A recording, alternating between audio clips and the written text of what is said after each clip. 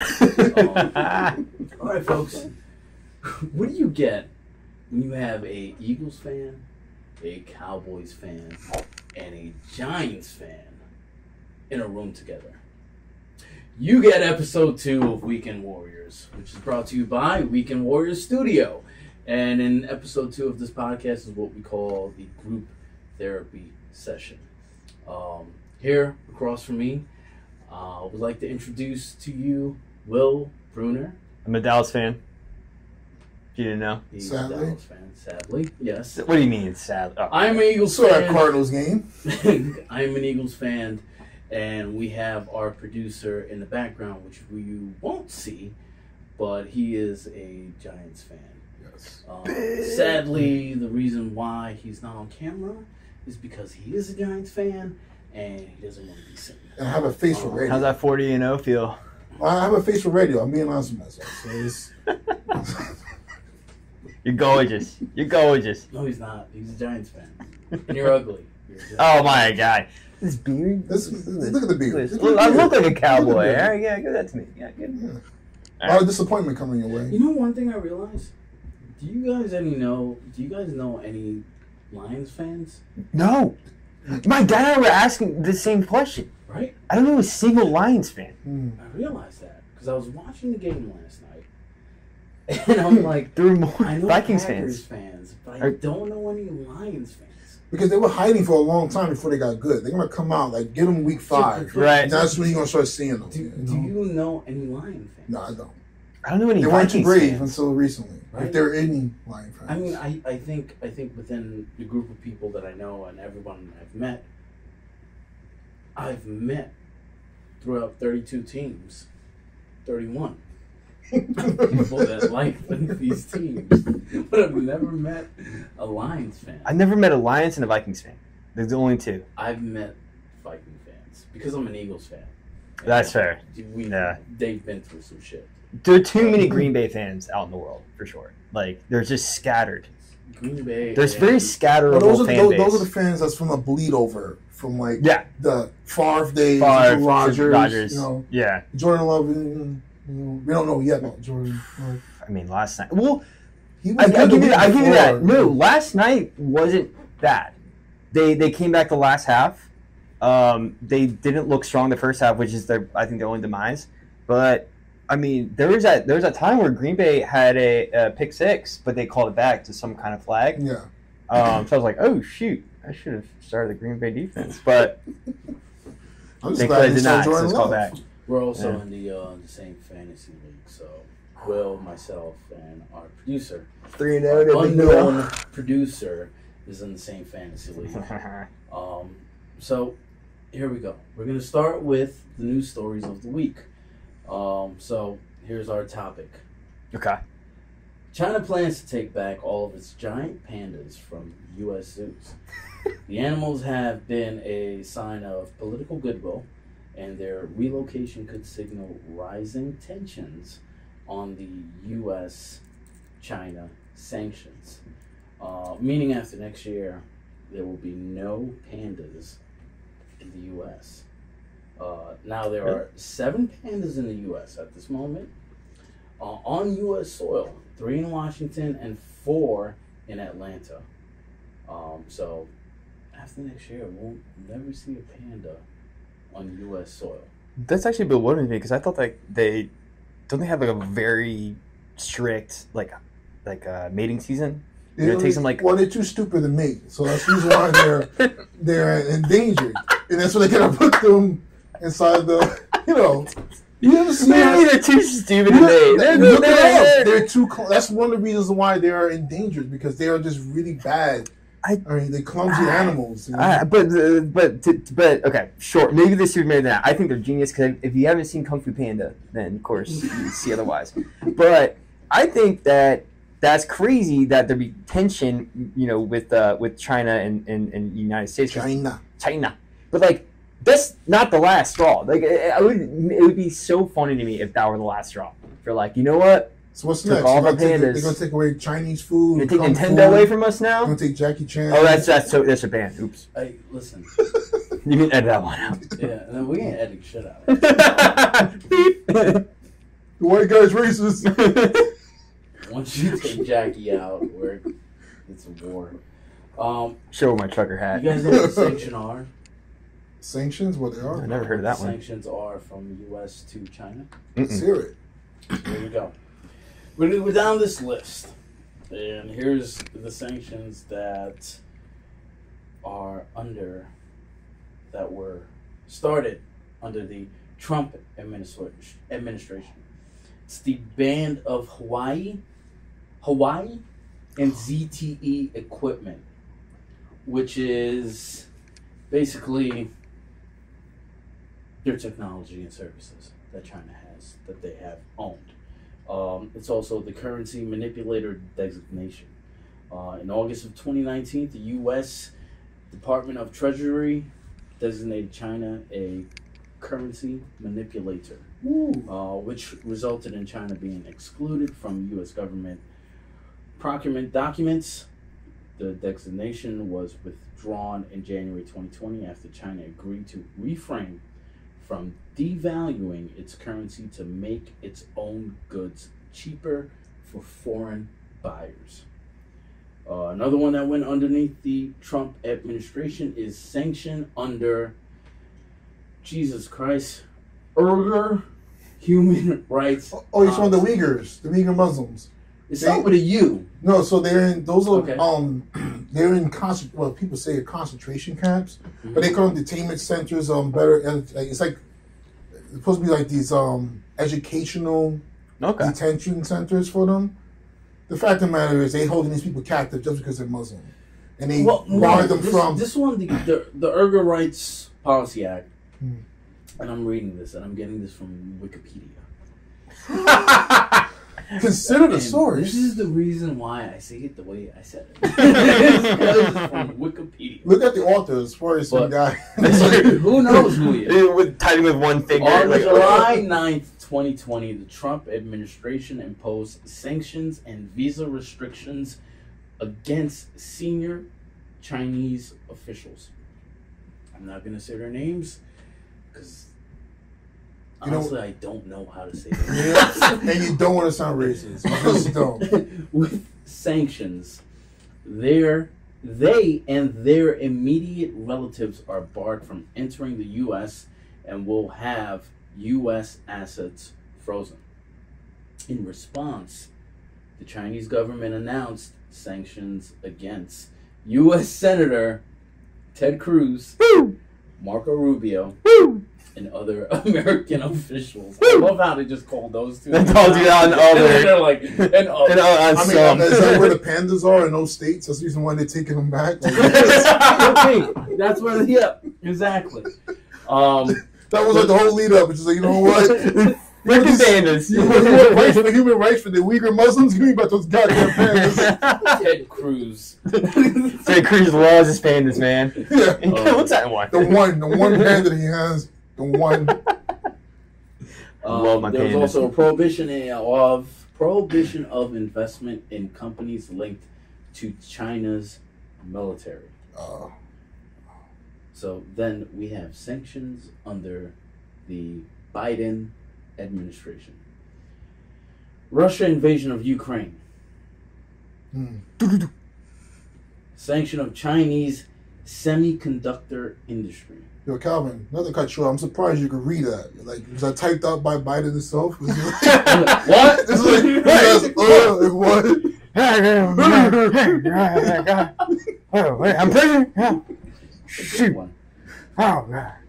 And sanctions on producers of fentanyl precursors. Precursors. Boo. What? I mean, that stuff is everywhere. So. No, I'm saying I'm booing fentanyl. Fentanyl. I'm booing fentanyl. You doing fentanyl? I'm booing. Oh, fentanyl. booing. I'm not doing fentanyl. Oh, my fentanyl. I mean, No, I'm not. Fentanyl bad. Booing. Cocaine good. Great. We're gonna edit this, and we're gonna. He's a classic. He's classic. I'm doing fentanyl.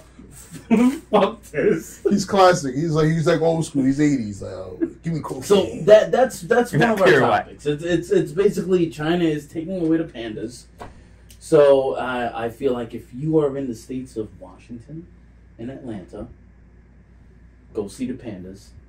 You'll never see panda That's again. it. It's over. Zoo trip. You may have to watch it on TikTok. Yeah, watch them on TikTok. Or on Instagram. Or on YouTube, which we are on. All 3 platforms. Just not the pandas. Just not the pandas. No, we can go. Let's go. Let's go to the zoo, find these pandas, And then what? and videotape them. So it's on our. So then, like, you get more viewers. You're like, hey, YouTube. pandas. I'm pretty sure you can YouTube pandas. Pandas are weekend warriors. I know it. They chug. They chug bamboo sex. Like, so how much sugar is in that they thing? Can't fuck, so. And they're pretty stupid. I mean, they're pretty dumb animals. Stupid. They're not. Have you ever seen them sit in a chair? They can't sit in a chair. Like, They're they so roll. happy with life. They're so content. They only kill themselves by accident. That's how stupid they are. I've seen videos of in Japan, China. I don't know. China. That's yeah. I've seen videos of pandas just rolling around and can't stop rolling. They just keep rolling. They're these big balls of black and white fur that just roll and keep rolling. That sounds awesome. I mean, think about this. That sounds awesome. I want to do that. Think about nature. If I reincarnated, I would be a panda. Nature put these animals in a place where no one else is going to eat them, and they're still dying. That's how stupid they are. They're just so powerful. They don't know what to do with it. I just think that, they're clumsy. They're clumsy animals. Kung Fu Panda. He's the most coordinated panda that they ever had. Which is played by Jack. Jack Black. That's like the Michael Jordan of the pandas right there. Topic number 2. A bipartisan group of senators approved a marijuana financing bill that will allow weed vendors to open bank accounts and get small business loans. It's the first time that such a bill has been made to Congress. The bill is a revamped version of a secure and fair enforcement. It's called the Safe Banking App, the SAFE. A bill to provide cannabis companies access to traditional banking services that were passed by. This is why you can't drink when you're reading, because of the you're trying to hold these burps back. People are Let him out. looking at me. Let him out. This Let guy him can't burps. read. No, I'm holding my burps back because I'm drinking. But it's called Free to the burp. Secure and Fair Enforcement, which is called the Safe Banking App, the SAFE Banking App. A bill to provide cannabis companies access to traditional banking services that were passed by the House of Representatives 7 times. Under current federal laws, providing such services is strictly regulated, leaving many businesses, particularly small independent operators, without access to bank accounts, credit cards, processing, and other financial services.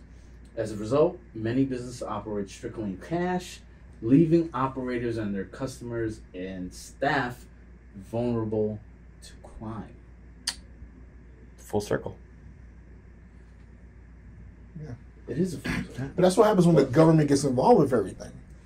Because they're going to make themselves the regulators on it. It's going to be tax dollars for everyone, naturally. Exactly. But that's the problem when they get involved with this stuff. Which I think it just make it a lot of red tape for a lot of people. And then they're calling it the safe bullshit. banking app. As if you're selling cocaine. You're not selling cocaine. Yeah, but it's like Unless you're in Washington or whatever. Here's the key thing. What they said here. It's like, as a result, many businesses operate strictly in cash, leaving operators and their customers and staff vulnerable to crime. Do you think the government really cares about that? Or do you think they care about knowing that it's in cash and that it's not marked and that it can't get taxed They for would, the government to get money? so they would rather it be unmarked than for them to have like tax on the business. I think they would rather. I think the government would rather have it marked so that way it would be taxed for them to get a little piece of the pie. Right. That's what they want. That's what they want. You know, but these like, and as I'm reading these articles, it's like they use these key words: safe, vulnerable. Oh my God, the staff. They're not getting the money they're not getting trigger the words. money. Trigger words. Well, same Or the thing. tax. Mark words, trigger words. Yeah. There's a lot of trigger words, and there's a lot of people that listen to the trigger words that get fairly triggered. I mean, I'm just triggered just listening to that because it's just a way of them just getting like the tax dollars they want. But it's like once the government gets involved with everything, like think about tobacco. Like the shit that they put in tobacco today compared to what it was before any of us was born. And once they got a mass production going on, they just start pumping it full of shit. Like, what's next? Oh, it's fillers. Yeah. They put fillers in And it they're going to because probably end up doing it to the weed. Like, right now, it's the most pure shit to yeah. find it. And then once the government gets its hand on it, they got to make it addictive. Costs. You know? It's definitely cutting costs. Mhm. It's like, you know, if you're a cigarette smoker and you smoke different types of cigarette, and you smoke natural cigarettes compared to what they normally pump out, could be a Marlboro, but like, say for instance, a menthol cigarette, like a Newport. Yeah. Take a Newport and you take all natural cigarette and you smoke both, but you hold it up to the sunlight, the natural light, the most natural light there is. You hold it up and you see that smoke going up. An all natural cigarette, you'll notice the smoke color is gray. If you hold a Newport up, you notice that smoke color is blue. What? Smoking chemicals. It's like chemicals? Blue.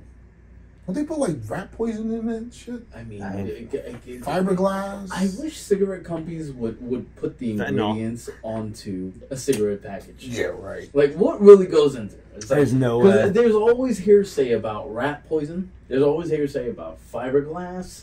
There's always hearsay about, like, all these other chemicals. But you think it's actually going to stop people? Remember when they put It's not the because calories, it's addictive. when they put the calories on like McDonald's?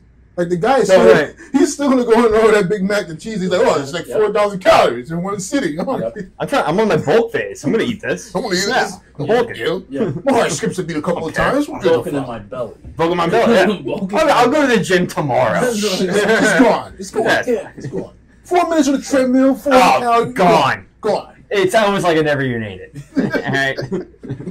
All right, so let's go to this one. This one is kind of weird. But it's like, listen to it, and then Take it in. I take it in, like a Newport. Take it in. Metabolizing loop. The U.S. Labor Department is investigating whether Tyson Foods and Purdue Farms employed underage workers at slaughterhouses. Of course they did. An earlier investigation had been found that 100+ children were working at plants in several states.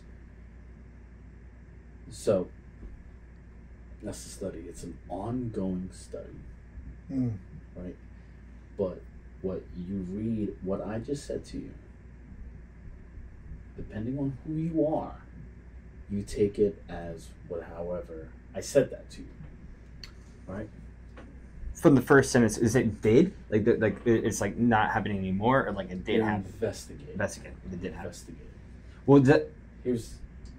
Go ahead. No, go ahead. are they? Sorry, they're asking like if people, if minors were working in like farms, like with Tyson, that's chicken. Yes. So that could have just been someone who owns land has a chicken coop and they have their son or daughter or grandson or granddaughter Pet the chicken. pet the chicken. Yeah, and so the thing technically that was placed into us was Tyson and Purdue Farm. They are big companies. right. Yeah, but they don't do those free roam chickens. I'm quite sure they But do. once upon a They time, do. Tyson was local business, just small business. Yeah.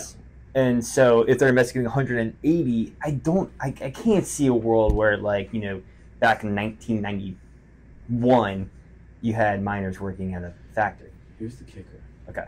Right? I'm interested. I said that. You guys started going into Tyson and Purdue, underage. Do they have these kids cutting chicken? Do they have these kids? You're right. You know, is little Marie and little John? No, it's Little Marie. I was actually thinking of Little Marie. Here's the thing, right? And this goes out to business owners. It's who you hire. Meaning, not your employees. but the companies that you hire to help you. That is the thing. Because if you become too big and you become big in your industry, people will associate every little thing to the magnifying glass and associate you with that, not knowing Found the business owner. what's happening as a business owner. Right. So, the reason why they're saying underage workers is Purdue and Tyson. What they have is they have sanitation companies that would come in to their warehouses and clean. These sanitation companies hired ongoing investigation young kids, underage kids. But they got little hands. They're getting the cages. I mean, there's a lot of, you ever seen them how they got those birds are like pinned up against that cage, like a tumor growing around their brain. They're shitting at their neighbors. I mean, you gotta get little kids to climb in. Get that shit out of there. You gotta get that. You gotta get that bird shit. I don't know if kids love chickens, but so that's the whole connection. It's a scavenger hunt for them. It's Easter every day. It's Easter. That's the whole connection, right? The connection is that a Department of Labor investigation found in February that Packer Sanitation Services, a major U.S. food sanitation company, illegally employed at least 102 children between the ages of 13 and 17. 13? 13 and 17, right? The investigation found that minors were employed in hazardous occupations and worked overnight shifts at 13 meat processing facilities in 8 states. They're just building character. Produce everyone. You gotta get them young. Brutal. When they buy the Xbox, it's gonna mean a lot now. I mean, okay, I get like character building and all that stuff, but it comes to a point. Like I did jobs before I was 18, and it was stuff that I wasn't necessarily comfortable with, but I built character. I worked in parks. I did that, and it was a lot of fun. I loved it. But the overnight thing really messed me up. Working overnights, like in a factory to clean. Yeah. Yeah. Highly. I mean, but here's the thing: like when I was younger, starting at the age of 10, I went to my grandparents and I said, "Hey, I want these shoes." They said, "We don't have money for these shoes. You're gonna have to go make money." That's fair. So my grandfather, I was cutting grass. My grandfather says, "Hey, when you're done here, go to neighbors and see if they want their grass cut, and ask them if they can compensate you." Yeah. $10. Yeah. So Easy. I did that. Easy cash. Yeah. I went to neighbors. I got $10, and then all of a sudden, I'm sitting there, and it's like, my grandfather told me, it's like, "Well, you got $10 here. Figure out how you're gonna make more money." And he was never that type of person that would tell you how to do it, but he would give you hints. I like that. So then I went to the neighbors next door. I said, "Hey, I cut my grass. I cut their grass. Can I cut your grass for $10?" Yeah. They're like, "Yeah, sure." And then I went to the next neighbor, the next neighbor, the next neighbor, and my grandfather was like, "That's how you do it." Yeah. I never wanted to tell you go to each house. Mm-hmm. I wanted to see if you had the mind frame To figure it out. Yeah. Which then I got my shoes, I got whatever. And then it became an empire, and then I started shoveling snow, washing cars. He got too powerful. I got really powerful. Now the neighborhood kids start rubbing it on your business. Exactly. Hey, so you kind of I bought friends in, which was the worst mistake I've had, because then you had to start sharing the money. $10? My little cousin actually did that before he went to college. He did the same franchise. He started when he was like 16. And when he was 16? When was he 16? Like what year? 16? What year? I can't do math. 2019, 2018, maybe? I think, yeah. How much did he cut grass for?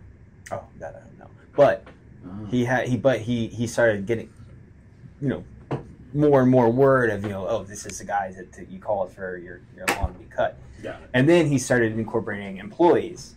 Yeah. So it'd be $20 for the lawn and all that stuff. It's like kids for you're from Virginia. I was born in New York, raised in Maryland, so it was a little more southern state. But it's like, what about kids from New York? What do you do to make money as a kid? Sling rock. Sling rock. Sling rock. So, kids from New York do not sling rock. Well, that's if you guys call it rock. Yeah, rock. Sling rock. Do you still call it rock? Rock. Okay. Well, You don't want to call it slinging crack because that leads you to a totally different profession. Slinging crack would be like you're selling your butthole. What if You you don't want to. That's crack. Oh, slinging that crack. Crack. You don't want to sling that crack. So But what say sling rock. But So what if you start your business in New York and you just take the metro and all of your lawn mowing gear to Forest Hills, Queens? That stuff is filled with grass. Forest Hill, Queens. You already have the guys. There's a kid cutting their grass. That's true. You may go to the wrong That's house true. and never come out. But what if it's a new buyer? They don't know it. They don't know what the area is. It's like, oh, they're here. Knock on the door. As a little kid, how would you know who the new buyer is? You gotta be a smart looking. If you're a kid and you know who the new buyer is in Forest Hills, you shouldn't be cutting grass. You should be doing real estate. You are on Zillow all the time, and you're like, oh, sold? All right, here we go. Cutting that grass. Go to that grass. That one kid in the subway with a Well, here's the lawnmower. thing. We're talking about kids now, and this leads right into the next subject. 45% of U.S. adults aged between the ages of 18 and 29 are now living with family. Moving back in with the rents is viewed as pragmatic, providing a financial cushion as housing affordability sits at an all-time low. Mm-hmm. That's not a shocker. Yeah, Not a shocker. at all. that's something I've seen left and right. It's horrible, and it's not. And of course, you have people who are in a certain age group are like, oh, that's just because millennials or Gen Z or whatever are lazy. It's like, no, it's the wages that they're getting, and then the affordability of their rent or their home. It's insane. The median national rent now sits at $2,052 That's per month. I want to puke just hearing that a month. So, but Then- that's within states that are like Yeah. regular state. In New York, Talking about $3,000, $4,000. that's still within the median. The 2,052, if you're sharing If you're an sharing, apartment, but you're still paying that, but you're not getting the full effect of an apartment. right? So you can be sharing a 3-bedroom apartment and still putting up $2,000. So you know what's wild is like, because we work in the film industry, most of us, all of us really, and IATSE across the board, other than 52, local 52, is $30 an hour. Is what they pay across the board in any other state. But in New York, it's like could be like 40 and above. And that's because the cost of living here is impossible. You can't make it on $30. Most people. Yeah. Like that $30 goes a long way. You're living like in Pennsylvania, But you're Florida, stuck within Texas. the industry. Well, not even Texas anymore. Actually, You're stuck within the industry. yes, You stay yeah, within you the have to money. stay here. Yeah, But then you're forced to stay in chains and locks Mhm. to pay what you can to be within that industry. it's crazy. And when the wages don't go up, that's the worst part of it. And it's also wild too, where it's like you get, like you're kind of locked here. And you make good money when you work in the film industry in New York, but if I were to do the same thing in like Virginia or Georgia, it's just like I have to really negotiate. It's Yeah. we'll see. It sucks. I mean, you And interest rates are like you can't even do 20% at this point. They're like, oh no, no. can't do it. It's like You 20%. go get a credit card now. Your credit card interest rate is 24.99. It's like a 24.99 interest rate was offered to a person with bad credit. Yeah, You get a good credit, and then that's what that's they're the offered. yeah. And it's like, what the fuck is going on with this country? But Yeah, it's brutal. But here is my theory of this. It's this country is what they're trying to do, and which other countries are doing at this moment. It's you make more on taxing and from more people by having them accumulate and living within a certain area. Mm-hmm. Mm-hmm.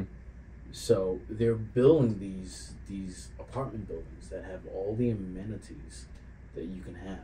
Mm-hmm. Now they're building more apartments. You guys heard about that? It's kind of like a wall that they're building in Saudi Arabia. No. Mm-hmm. One of those countries. Somebody Saudi is doing it right. They're doing it right. It's huge, but it's like it's in the desert, and you don't leave. You live there. It's miles, and like you live there, you work there, you do everything there, and it's within a building. I think that's what it's getting to the point. I think it's getting to the point where they can keep you withheld within one area, mm-hmm. where you live, you work, you get taxed, and that's it. Yeah, but all these new buildings going up, eventually it's going to be a bubble. Because there's a lot of younger people moving in, and then when they get families, they're going to move the hell out. Mm-hmm. And they're building faster than they can fill these damn buildings. Right. Yeah. So it's like... Well, there's one like almost like semi-retirement area in Florida where it's like this like. Oh, I know what you're talking about. Yeah, I know you were telling me about this. Yeah. We need to go acres and acres in Florida. I know it's called, but it's like they get around by golf carts. I know that golf carts. Yeah. And it's basically they have restaurants, bars, everything you need, and like real estate, dentists, doctors, anything you need is there. And so basically, yeah, you get around with golf carts. You can play golf. You can play pickleball. You can do everything you want. You have restaurants. Starbucks probably, or Whole Foods, and you just live there for the rest of your life. Of course, if you have retirement money. Yeah. So, but then it comes to the case where it's like, okay, well, I don't know how many acres, how much land we're looking up at the moment, but it's one of those things where it's like, why leave? You have everything you need right there, and your pre-retirement days. Why leave? But does that put you within the mentality of being a prisoner? Well, that's a different with the wall, because the wall, like kind of, you have people coming in, being born, families being made, they might have to leave. This is kind of a separate scenario where it's like, okay, pre-retirement. There's not people. I maybe there's some 80-year-olds who can still get it on. You never know. Produce, have a family, but this is not a fun fact. I'm just saying it out. I've heard it. I've read it. I just don't know where it's coming from. But a lot of old folks' retirement homes have a higher mark of AIDS and sexually transmitted disease. Sure, I heard that. Listen, how's that happen? There ain't nothing to do. You're stuck within other old people. Your loved one would have passed on. And you're just sitting there, and it's like a lot of free time. I mean, oh, I see. I get it. All right, can we pause real quick? I gotta use the restroom real quick. Will is leaving to the restroom. Do you want to share the mic on real quick? No, just leave it there. We're gonna keep talking. Do you want to hear the mic? Keep talking. Why not? This is always what you want in a podcast: is for your guests to. It's called the Villages, by the way. The place in Florida with that little community is called the Villages. Do they have a high STD? Maybe. I don't know. They do. They do, right? All right. But you gotta think about it, right? If you're an old person, man, like, what is the percentage of ED for all men? Well, I mean, they get prescriptions for all this other stuff. Like, what's that thing called? Cialis. Then they have Viagra. So Blue Chew. Blue Chew is a new one. I paused because I want Blue Chew to sponsor us. We need money for this podcast. We're poor. We are very poor. What is that wall called? In Saudi Arabia? Yeah. Keep out. I don't know if it's Saudi Arabia. It's what? It's called keep out in Arabic. I guess they do it the right way. They know what they're doing. You jump over that wall and get met by AK-47s and tigers. Like they got moats made of oil, just like. I think it's Dubai. You don't want to fuck with Dubai. Dubai. 105-mile-long city will snake through the Saudi desert. Is this a good idea? That was the article headline. I think it's a great idea. That was it. It's a tall and narrow strip of city more than 105 miles long, teeming with 9 million residents and running entirely on renewable energy. Beautiful. That's the vision Saudi Arabia leaders have for the line. That's what it's called. Part of a giga project that will reshape the kingdom's northwest. See, you get to keep people out, and you got good, clean energy. I mean, right. You kick people out? Okay, here's go. Detail emerges about the monolithical city. New stats and design revealed on Monday include... I'm saying the word Monday, but this article was written in July 26, 2022. New stats and design revealed on Monday include it will be only 200 meters wide, roughly 220 yards. Wow.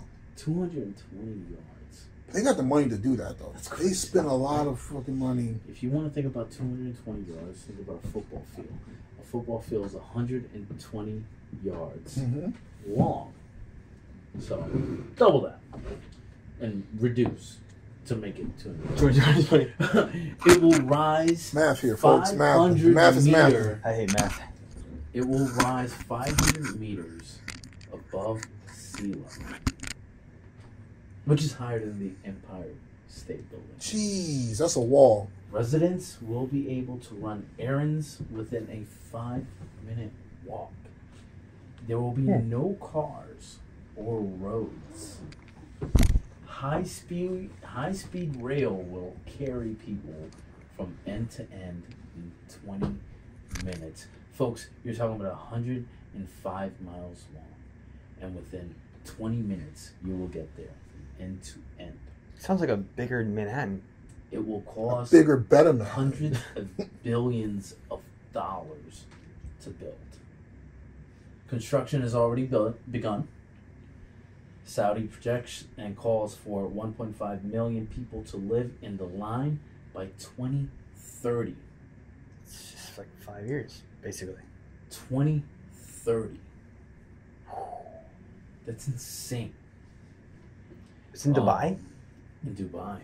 The unconventional megacity is part of the government's Ambition NEOM development project, which releases conceptual videos showing the city's high wall enclosing trees, gardens, and other plant life, nestling communities among work and recreational structures.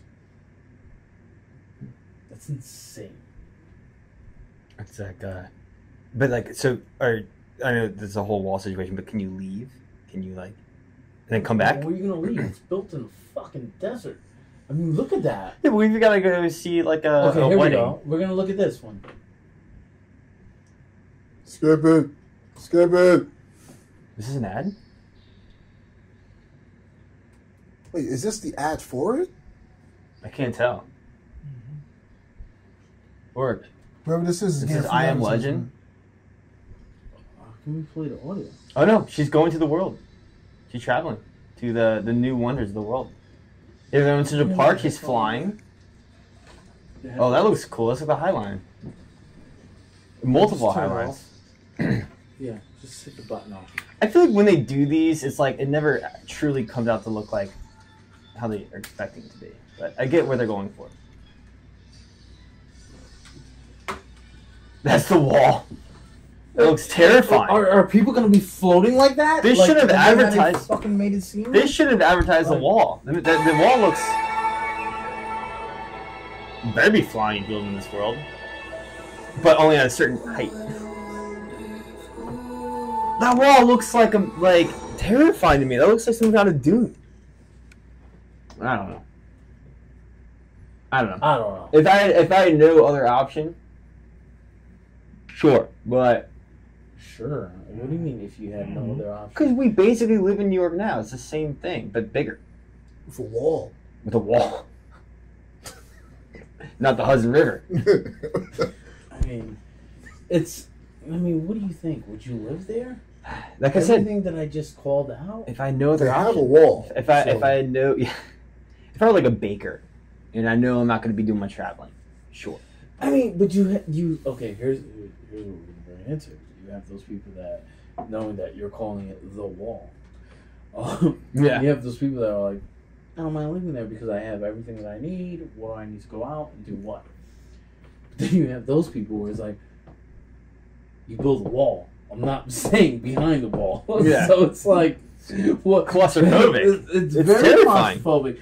But you are looking at, what was it? It was 105 miles long. Was it Manhattan, like 15 miles? Oof. I think it's like something like that. Maybe 20. Marcus, how How's that long fit? is Manhattan? The island. Like this from Battery Park all the way up to, let's just go with let's do Yonkers. Inwood. No. Well, Inwood. Yonkers is totally different. Yeah, but I was just trying to give it some buffer. It's Okay, Yonkers is okay. All right. Oh, so it's roughly 13.4 miles. 15.4. So 13.4 miles. that's like, I can't do math right now. What? 10 times bigger? Oh yeah, and it's narrow. Well, here's the thing. What's the width of Manhattan? Because what they're saying right now, in yards. Say it in yards. And the width of Manhattan in What- yards? What's the yardage of Manhattan in width? Maybe like Is that how you... 5 football fields?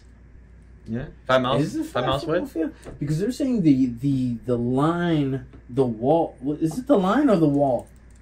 What did I say? It was the wall. The line. The line. It's The called line. the line. Right? Yeah. It will be 200 meters wide. So that's about 220 200 meters yards in width. wide? 220 No. yards in width. No, that's not no. That's way too narrow for me. That's insane. 500 220? meters above sea level. Which means it's higher So- than the Empire State Building. So Manhattan in width is 2.3 miles. Yeah. But if you're saying in yards, you're talking about 4,048 yards. So like But it then almost kind of in the equals height, equals out. But in you're a way. looking at the No, length and width, and then the height of the Empire State Building. Yeah, but like you only have okay. I understand the length. That's awesome. But like 220 yards across, like that's way too claustrophobic for me.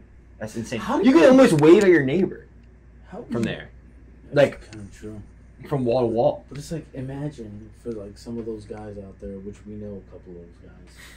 How do you cheat on your spouse within this realm? You go further up. You don't go further out. Yeah, you have sex with her There on you go. top of the wall. And it makes your commute way worse. You can't do cross lines. You can't.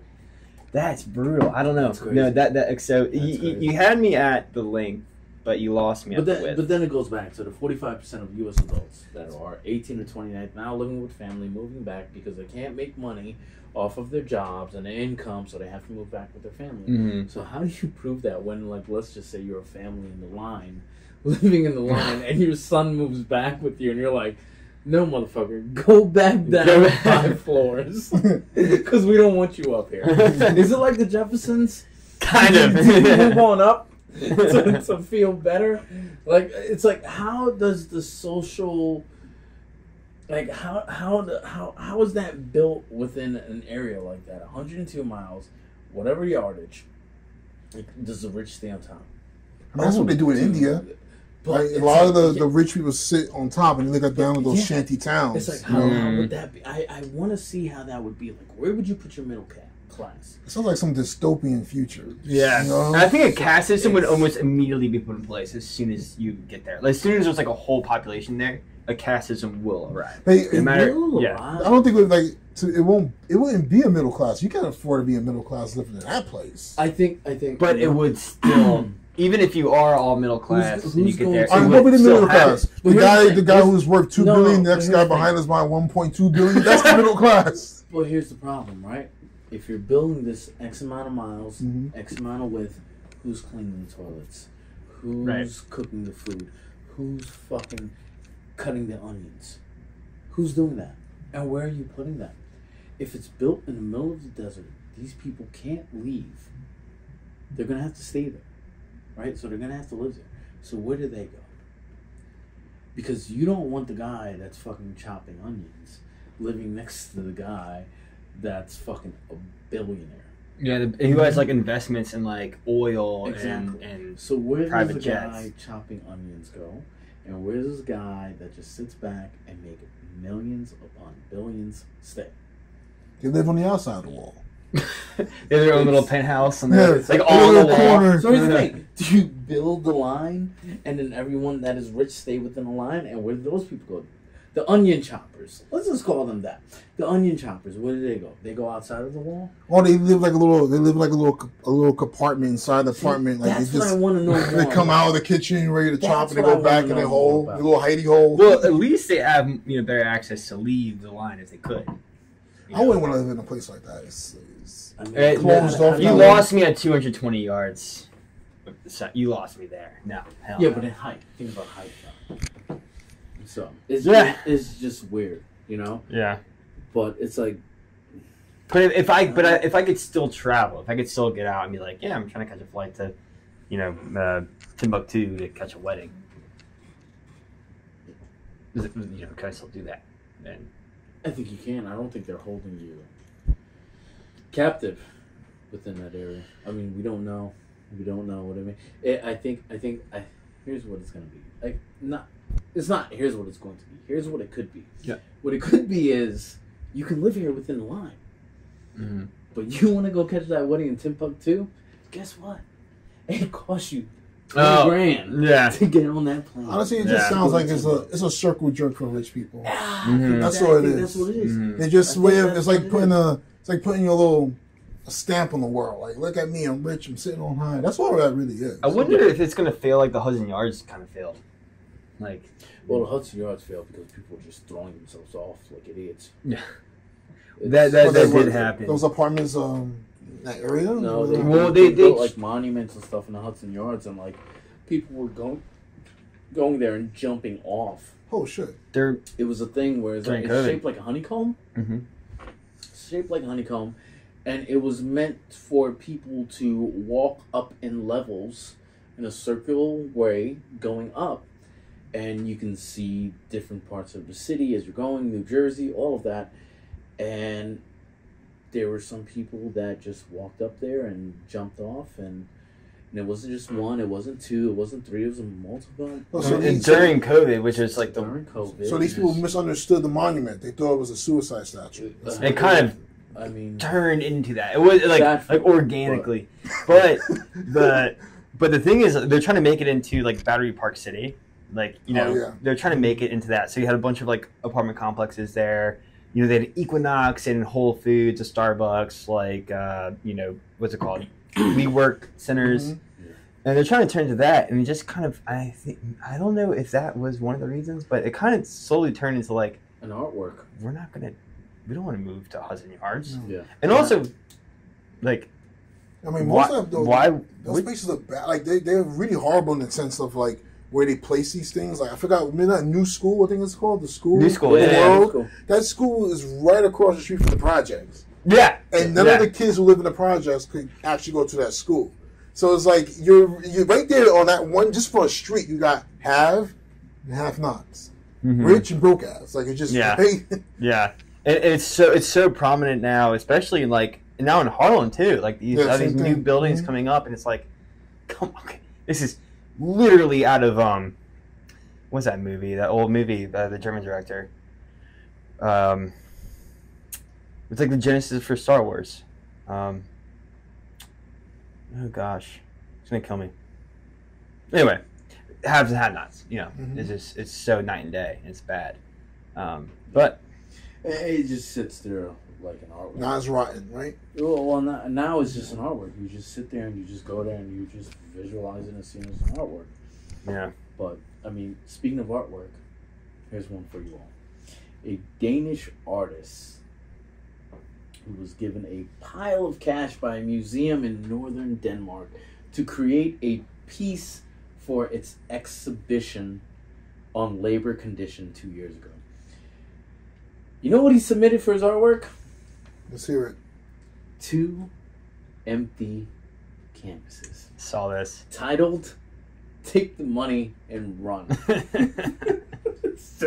People showed up to this exhibition, looking for this artist. And a Danish court ruled last week that Jen Hanin has to repay, and we're going to convert it to American dollars, which is $69,894, to the Kunstein Museum for having violated his contract. Kunstein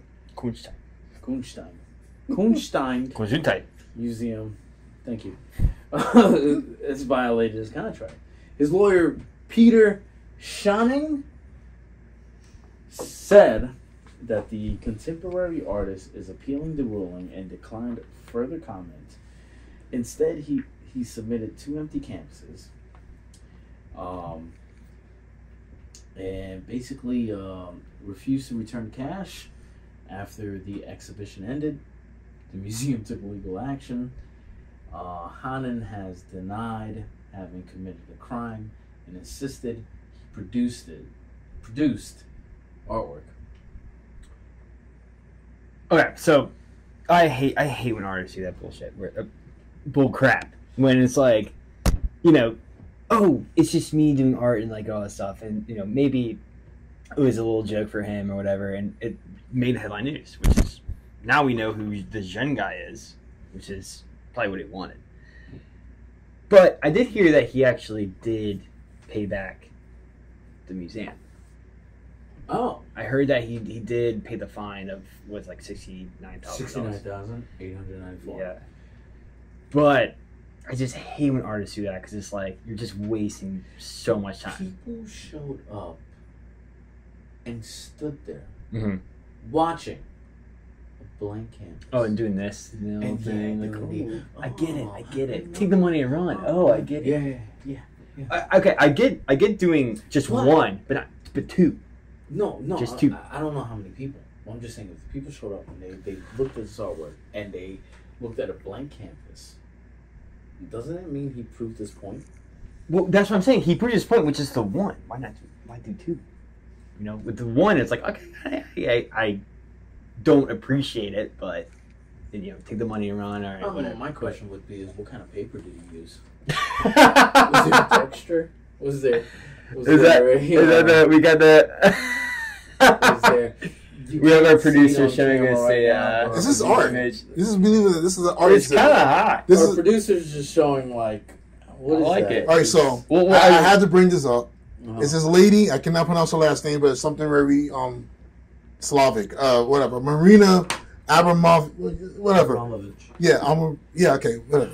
Anyway, the point is that she has this new exhibit where they place 2 nude models, a man and a woman. The woman's kind of look fit. She's got some big triceps on her. And deltoids. The people who go to this thing are going to walk through the 2 naked models. Yeah. Oh, so you're kind of forced. If you want, that's the exhibit. That these 2 people standing face to face in the buff, and you got to walk through them. So the guy in the middle is not a part of the. So he's walking through the models. This. My thing is, how is this guy not getting a boner? I know. Like, well, what happens if it happens? Like, that's a little awkward, right? You got to walk by, and it's like a turnstile. You gotta go through it would be hard for me to, no pun intended. It would be hard for me to get a boner if I were publicly going through. I don't know. They just look so miserable. The 2. But they signed up for it. They know what they're getting into. They know what they're getting into. Right, my thing is that this is how people call different things art. Whatever makes an art. To me, that's not art. That's just, exactly. I don't understand where's the artisticness in this at all. It's just a way for them to feel elitist and. They say that still between 2 naked people. It's a way to feel elitist and also have 2 naked models. It's almost like a well-known director being like, I'm just gonna do a softcore porn. That to me, that's weird. But I really thought that was the photograph. I thought the guy in the middle was part of the piece. He's and I was about to interpret it oh yeah, this guy's walking 2 ladies, But here's my question though: when you pass through, are you going shlong the shlong or shlong the hole? Oh no! If I'm gonna pass through, I'm gonna do my best to kind of tuck it in. What did I a little bit? All right, look. You see this? This is an exhibit. So the 2 models here are naked. Can you send me that photo because I'm gonna put it onto the podcast because that is art. All right, art. But that's not the point of the arc. Yeah. You're not which we just found out. You're not seeing schlong and dong and. They're naked. Well, You are. no, They are. really They're seeing not, it. though. To me, They're that really is an not art piece. Because Seeing that. That photo alone. He has this man paid to squeeze Can you between send them. that to me right now? Yeah, because you got to edit it Send into it to me. I just the want to throw it show. on the screen. Yeah. I don't think you want to get demonetized. I don't think you should. We're not getting them. No. Because that is art. But I think that like when we get to this piece, that photo maybe Get blurred? Get, To make the viewers feel more like, what the fuck? because we've been talking about it for like 10 minutes at this point. We have been talking about 10 minutes. Here we go. This is our new topic. Now, these are headlines, and we're not going to really get into them, but we're just going to read the headlines, and we're going to read a little bit of the story to get you on. He had a mini stroke right there. You smell burnt toast? Huh? You smell burnt toast? Not Tires? Soon. Here we go. New segment where we introduce the headline topics and a little insert from them, or a little bit of what they are. And, you guys let me know, because these are what we could be a WTF moments. Florida siblings, age 10 and 11, stopped while driving their mom's car on a freeway 200 miles from home. Wow. A 10-year-old Floridian boy and his 11-year-old sister were running away to California, drove 200 miles in their mother's car before they were stopped by sheriff's deputies on the highway. That's a crazy thing. I think like social media has gone to the point where like younger kids think that California is that close or New York is that close. Think like, okay, we're gonna steal our mom's car from Florida and drive to California. Like that is Have you ever insane. drove 200 miles? No. 200 miles is like, it gets boring after Yeah. a while. So what were these kids doing? Like, what were they listening to? Were they talking? Do they have any money? What were they gonna do in California? Yeah, exactly. Like, how are you gonna stop for Did they gas? have- Like, did they think about gas? I don't think they thought it that far. I mean, how else would You you? know? I think we Was stopped the at a car 7-Eleven and be on a like, full "Where's the tank? closest deputy?" My question is, was the mom like knocked out on some meth or something? Like, what was she doing? I mean, It is Florida. That's 2 days worth No. of your kid gone for 200 miles. Yeah, she was on 200 meth. miles now. She was 200 on miles, you can Not do in a true, couple hours. but right? But it's like, and I can't. Kids. If you're really thinking about this, right? Because I didn't read into the story. I don't know nothing about the story. We don't know anything about the story. We just heard the headline, a little clip from it. So we're gonna make our Right. own little assessment. Of But yes, we're making an assessment of the clip. Love that. Now, if you're gonna say the mom's been on drugs, right? For these two kids to get into this vehicle and drive 200 miles, that car was on a full tank of gas. No meth has a full tank of gas. That's Well, true. maybe- That's No true. meth head. Unless this meth head has a Tesla.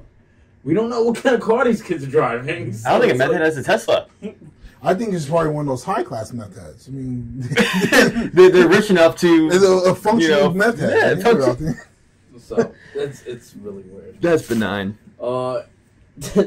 Next case. A toddler lost in the woods is found asleep using the family dog as a pillow. Oh. That was the headline. When I first read this, I said, this kid was lost. Was the dog alive? Oh. Like, it was like, they find this dog. You know what I was thinking? I was like, if that was a cat, that boy's alone. That cat is leaving. The cat's gone. The cat I left. forget you're a The cat cat is man. gone. Whatever. Yeah. I forget you're. That's a the one cat thing I would person. say. I won't trust my cat. I know I lost in the woods. I mean, he's gone. Here's what it says. The police says a 2-year-old girl who walked away from home in Michigan, Upper Peninsula, with 2 family dogs were found hours later asleep in the woods using one of the canines as a furry pillow. All right, that's good. Good dogs. The key word is, and I'm glad they put it in there, is 2 hours later. Yeah. Great. These 2 dogs stayed with her. 2 hours later, Michigan. Like we'll go on this adventure with you, Yeah. but Exactly. I mean, at least Cool. it's a good thing the little girl has 2 dogs who care for her and Yeah. 2 parents who are meth heads. It's just Fair. Could be the same parents. Parents. I mean, Bad day for these Florida parents, you know. what's going on with these meth heads? Stop having kids. Well, here's another one that you could draw into. A poker player who drew donations from Las Vegas event lied about dying from cancer. What? So you're trying to fake his death? That's the headline. Fake his death. Here's what it was. A poker player who said he had terminal cancer accepted thousands of dollars in donations so he could play in the World Series of Poker tournament in Las Vegas. Now admits it's all a lie. What an idiot. But is he? Yes, because if he's going to the world What about champion, the people that gave him the money. So here's the thing. Oh. He said he's dying of cancer. right, He needs money right. to go play in the poker tournament. Oh, he said that he's gonna. Oh, I thought he was just trying to get money for chemo or I whatever. mean, at the end of the day, cancer is in, man. Like, this ain't AIDS. Like, this is the 80s. He wouldn't get no. I mean, he would get money if it was AIDS. But nowadays, AIDS is played out, so the cancer is in. So of course, he's gonna get the money. Yeah. People are gonna feel bad for him, but he's fucked up for doing that. And then he did it, and that was such a short term. That's the question. That's the thing. He better thought he didn't want. Like that's It's that's just terrifying. weird. And here's what we'll do. We'll do in the next episode is these weird headlines on what we're covering right now. Is in the next episode we'll research and we'll find out what the results are. So we'll let you know if he wins. Nice little follow up. We'll let you know if that mom's a meth head. We'll let you know what the those two moms and dads. Well, if it's not meth, it's heroin. Yeah. If it's not meth, it's heroin. Heroin, fentanyl. Could be the aunt. Could be the uncle. Whatever it is, we'll let you know. So the next one is, and you're speaking of drugs, fentanyl, meth, all this stuff, right? Here's another drug. And a lot of people don't realize it's a drug, but it's within the story of this.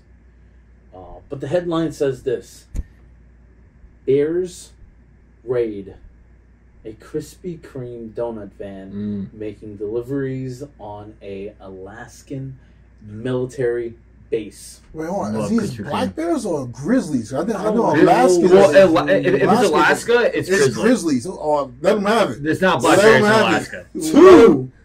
Two of them, like they coincided.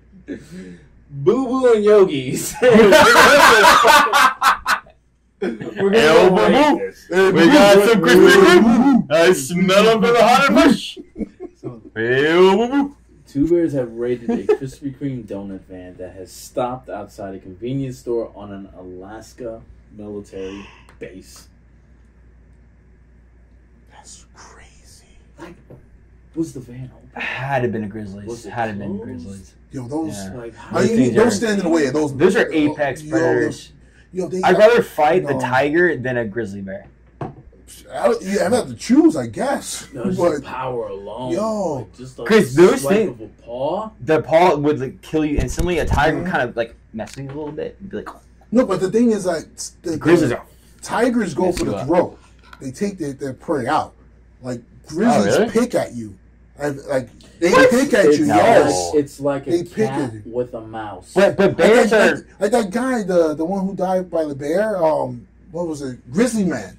He got. I actually listened to the audio on that. I advise you. Yeah, not to. that audio is not fun. But he was still alive by being eaten. Yeah. I mean, that thing was just picking him. Do tigers really just go for the They jugular? go for the jugular. Or most big Okay, cats do. maybe I'd rather fight a tiger then. Yeah, because either way, you're not Because then you'll going be down. done. You'll be, Yeah. you can- Bear's like, oh, what is this? Is this your ear? What is that?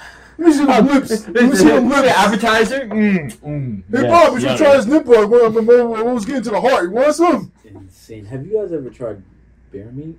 No. You should eat Is them. there bear meat? Did you see the video of this girl? I want to try it. I'm gonna see if I can find I it. bet I it's really want to try it. really good. I don't think I want to. I've known someone that hunts them. There's a certain season. The black bear, like I don't know. I'm really not too. I don't have the education behind it, but I don't know what bear he was hunting, or I don't know. But there's a season. And yeah. it's illegal in some areas. But not with black Yeah. bears. I don't think they do it with black bears because they're everywhere. But what's the common delicacy? Like, which one would be preferred? A black. I think a brown? grizzly, muscular, Yeah, they're big and tender. Like they're the apex predators. and they're assholes. black- So it's good to kill them. But they could be in it. You never know. But black bears are everywhere, especially in Appalachian trails. Yeah, Like they're everywhere. They're almost like rodents. yeah. But they don't. they're I mean, cute. they Yeah. don't. They're not not known gonna- to attack people too much. I mean, they've done it, but they're not like grizzlies. Grizzlies are like, yeah. You just gotta say So it they'll from just attack you out the blue. Grizzly. So Mhm. It's a video you can look up right now. It's old. It's called "Amazing Video of a Bear in Pursuit of a Snowboarder." I Look it saw up. that. I I saw just that. saw that. Think I about saw that. Yeah. No. No. You think it's so big? Here's the Here's thing. our other producer, Here's- Jason, thinks it's fake. Here's the thing No. about here's the things about That thing is right? real. It's like when you see the videos of the people tossing, right, snacks at the bears, and the bears like standing there like this, like waving at people. What are those? Circus bears? Well, they usually black bears, aren't they? Are they black? constantly use like Russia. They use black bears, I believe. They You're just not stand wrestling- there and they'll wave You're at not fucking people. with a grizzly, man. Like if you, I mean, they train So them it's not a grizzly. because you got. Wait, Oh, the Grizzly. trained circus bears are probably black bears. yeah. No, I'm saying they're not trained, but they're to the point where they understand that when people come by, Oh, that they they get toss the food to food. them. Yeah. And Black by bear. seeing the people doing this, waving at them, they mimic it, and then people throw them more food. Black bear. Black bear. Has to be. And Has then to more be. like they probably So get that from the zoos. the Like grizzlies- people that the actually grizzlies feed them. They are probably more- learning that. The also. grizzlies are more. They're vicious. They're You got black Not bears. they're twice as Black- big. Yeah. What are grizzlies? Are they brown? Brown. They're Brown. brown. But it means the difference between a brown bear, I believe, and a grizzly, right? Is Alaskan grizzly. I could look it up. I thought A lot- it saying- so a brown bear is kind of in between of a black and a grizzly. yeah, Grizzly is that's like the great white shark of that's land. a big boy. That's yeah. So brown bear are still vicious. I don't think they're going to be doing anything like they are cute looking, but they're not gonna do any kind of training habits. Black bears are the ones like So black I'm and like I'm like a brown bear, cute, but then yet dangerous. dangerous. You never know what's going to You just happen. never know. You roll the dice wrong, the dice right. Swipe at you.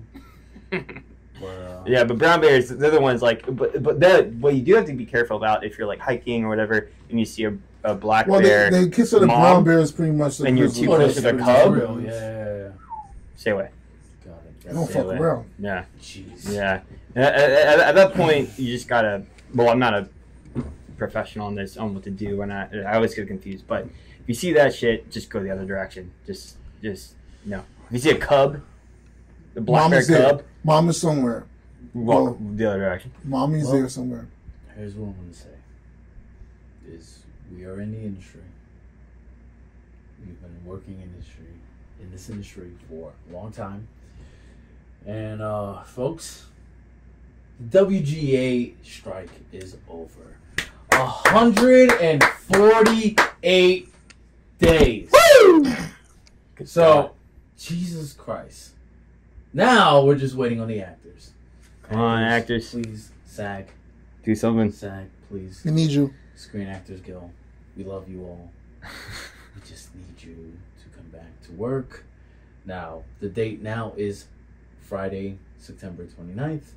We all know that you are returning to the table on October 2nd, which is Monday, to talk about the agreement and make sure that this agreement works, which we all hope it does on day one. We Mhm. don't need another day. We don't need more weeks.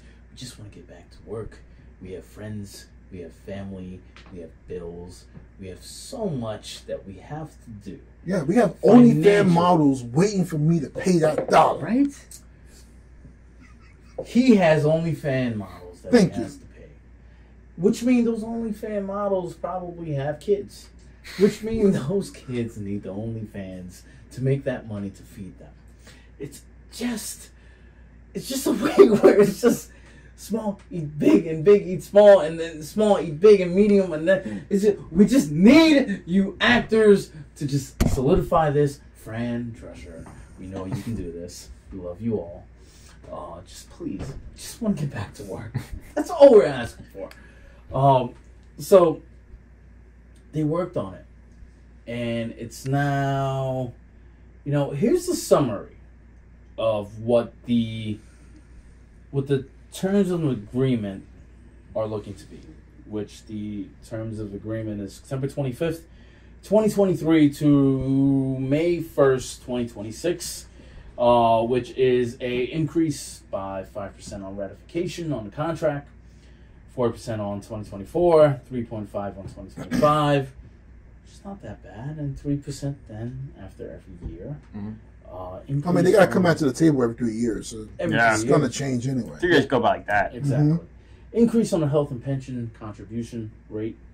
Increase health and pension contribution for writing teams. Artificial. Oh, that's the big one. That's easy. That's a fun one. So, I'm going to read this word for word, the way they have this. And this is on the WGA site. Artificial intelligence. We have established regulation for the use of artificial intelligence, AI, on MBA-covered projects in the following ways. AI can't write or rewrite literary material, and AI-generated material will not be considered source material under the MBA, meaning that AI-generated material can't be used to undermine a writer's credit or separated rights. The writer can choose to use AI, when performing writing services, if the company consents and provided that the writer follows applicable company's policies, but the company can't require the writer to use AI software, as such as ChatGPT, when performing writing services. The company must disclose to the writer if any materials given to the writer has been generated by AI or incorporated AI-generated material. The WGA reserved the right to assert the exploitation of writers' materials to train AI in prohibited by MBA or other law. Like, that's the whole AI thing. Improved terms on screenwriting employment. Guaranteed second steps. Second step is required whenever a writer is hired for a first draft screenplay for 200% of minimum or less, including original and non-original screenplays. This requirement also applies for spec purchases. So it's going to be a clamp on that. They're going to clamp on spec scripts. So yeah. You want to sell spec, you better get that right. There's improved terms and high budget subscription video and on demand, which they call it here HBSVOD. HBSVOD. I don't like that disease. I don't think I want that disease.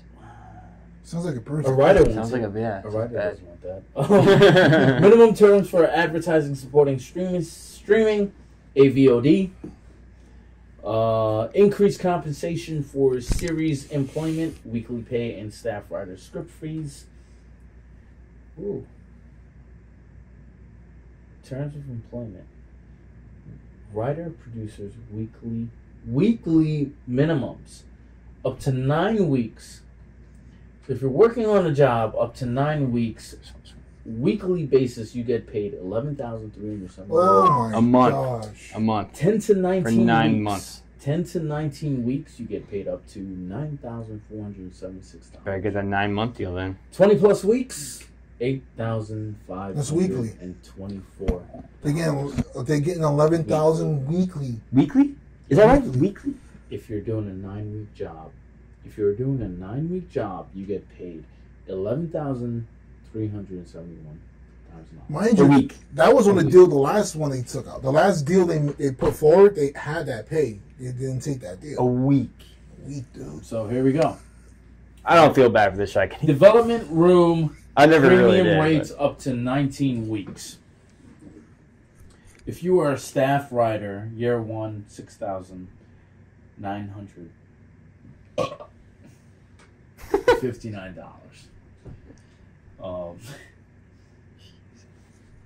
I remember reading that. Development room premium rates up to 19 weeks. If your title is staff writer for 19 weeks, $6,959. What? That's crazy. If you are story editor, executive story editor, weekly, $12,978. And if you are a writer producer, $14,214.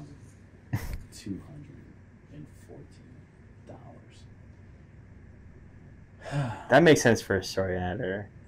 I mean, but that for a staff writer, that's a lot. It's still a lot. You're the guy running coffee probably. Really, at all these meetings. No, not these people. Staff? Not staff writer. Was that 6,000? Right? You're not running coffee as a staff writer. No, I've heard that in certain rooms. Like they'll have it was this head writer said that when she had a room, some people, the staff writer, some will actually be shooting ideas and they may be voting on them.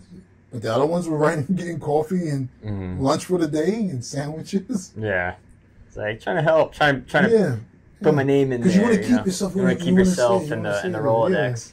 Yeah. There we go. Improved option and span protections.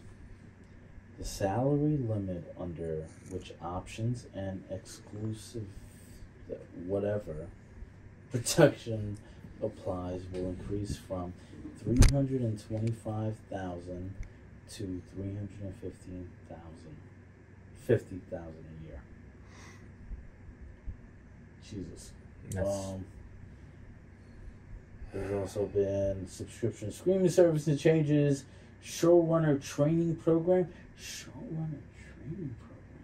That's nice. We've reached an agreement to renew $250,000 in annual funding for the showrunner training program.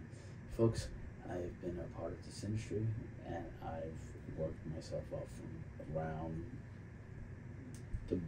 underneath the ground and dug myself out of the ground and build myself up. There are things I would like to say about this, which I'm not going to say because I know a lot of people are going to hate me when I say this. You're strong. It's not the people within the industry that I work with, but it's within the people that probably look down on me that will say things. But, wow. Okay. Tri-Guild audit program, whatever. Other changes. I love to read the other changes. The other, the shit that's swept underneath the math. It's swept underneath the math. The rug. Matt Rug. Swept underneath the rug. You had another stroke. Rug. I shouldn't the math. Swept under the rug. But what math anyway? But back with just real quick with the amount of money they're going to get. Yeah. I'm curious to know how many writers that's going to cut out now.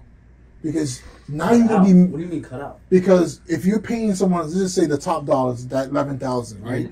Or even the guy who's $6,000 staff, you're going to hire... Now you're definitely hiring the best of the best. Yeah. Because before they were just grabbing people. Get the NYU grad.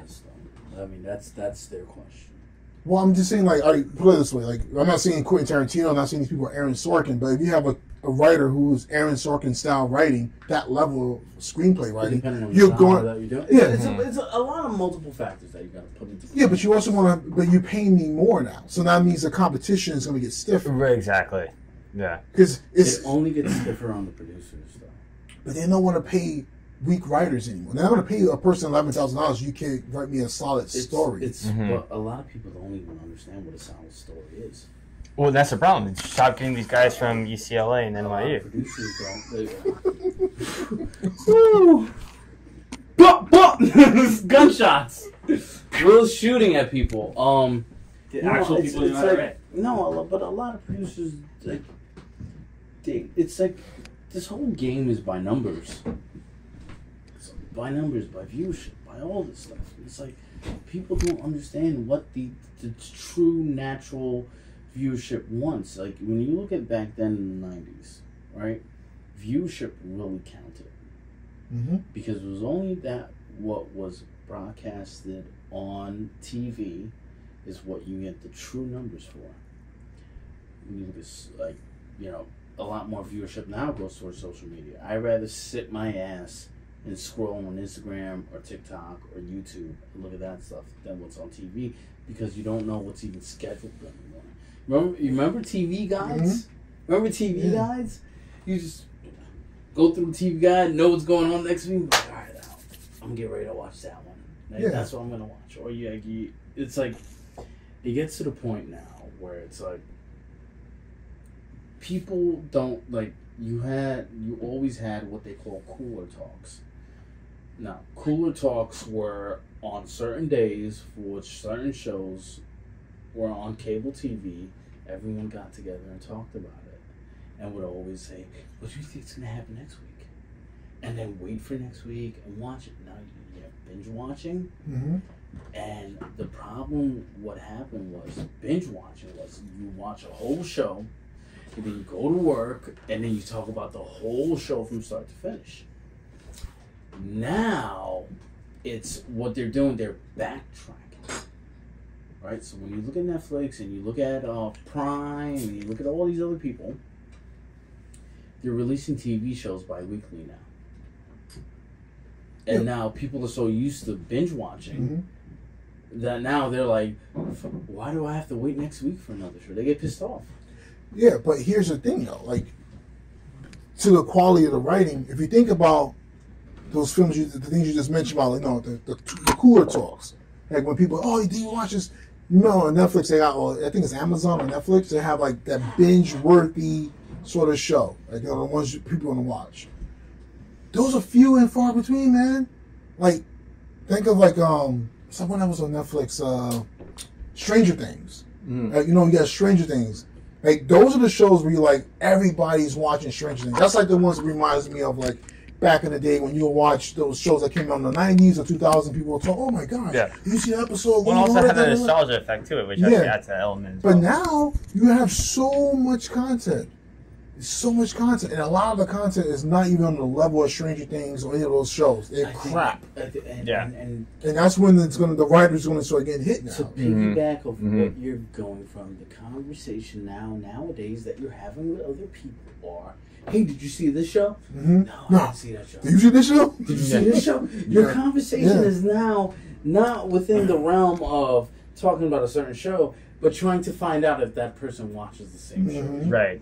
And like, that's the problem right now. And I just remember oversaturation. Oversaturation. Exactly. Yes. And then the thing is, like, I remember when Sopranos, or reading or watching a documentary of like episodics, where it was like when Sopranos first came out, that was the first time like cinematic elements were introduced into like, actual episodic TV. So then you have people who are all waiting for Sunday night to be like, you see the next episode? Yeah, I loved it. It was it was almost like this collective, like, in unison. That was the same thing with Game of Thrones. Game of Thrones, and Stranger Things, I would say, even though you could binge it, but that was the first, and probably last time was the first time was Sopranos. Last time was probably Game of Thrones, where people were able to like, oh yeah, did you watch it? Oh yeah, I watched it. But now it's so so saturated. And before that, like Breaking Bad was another one. Breaking Bad was another great, for sure.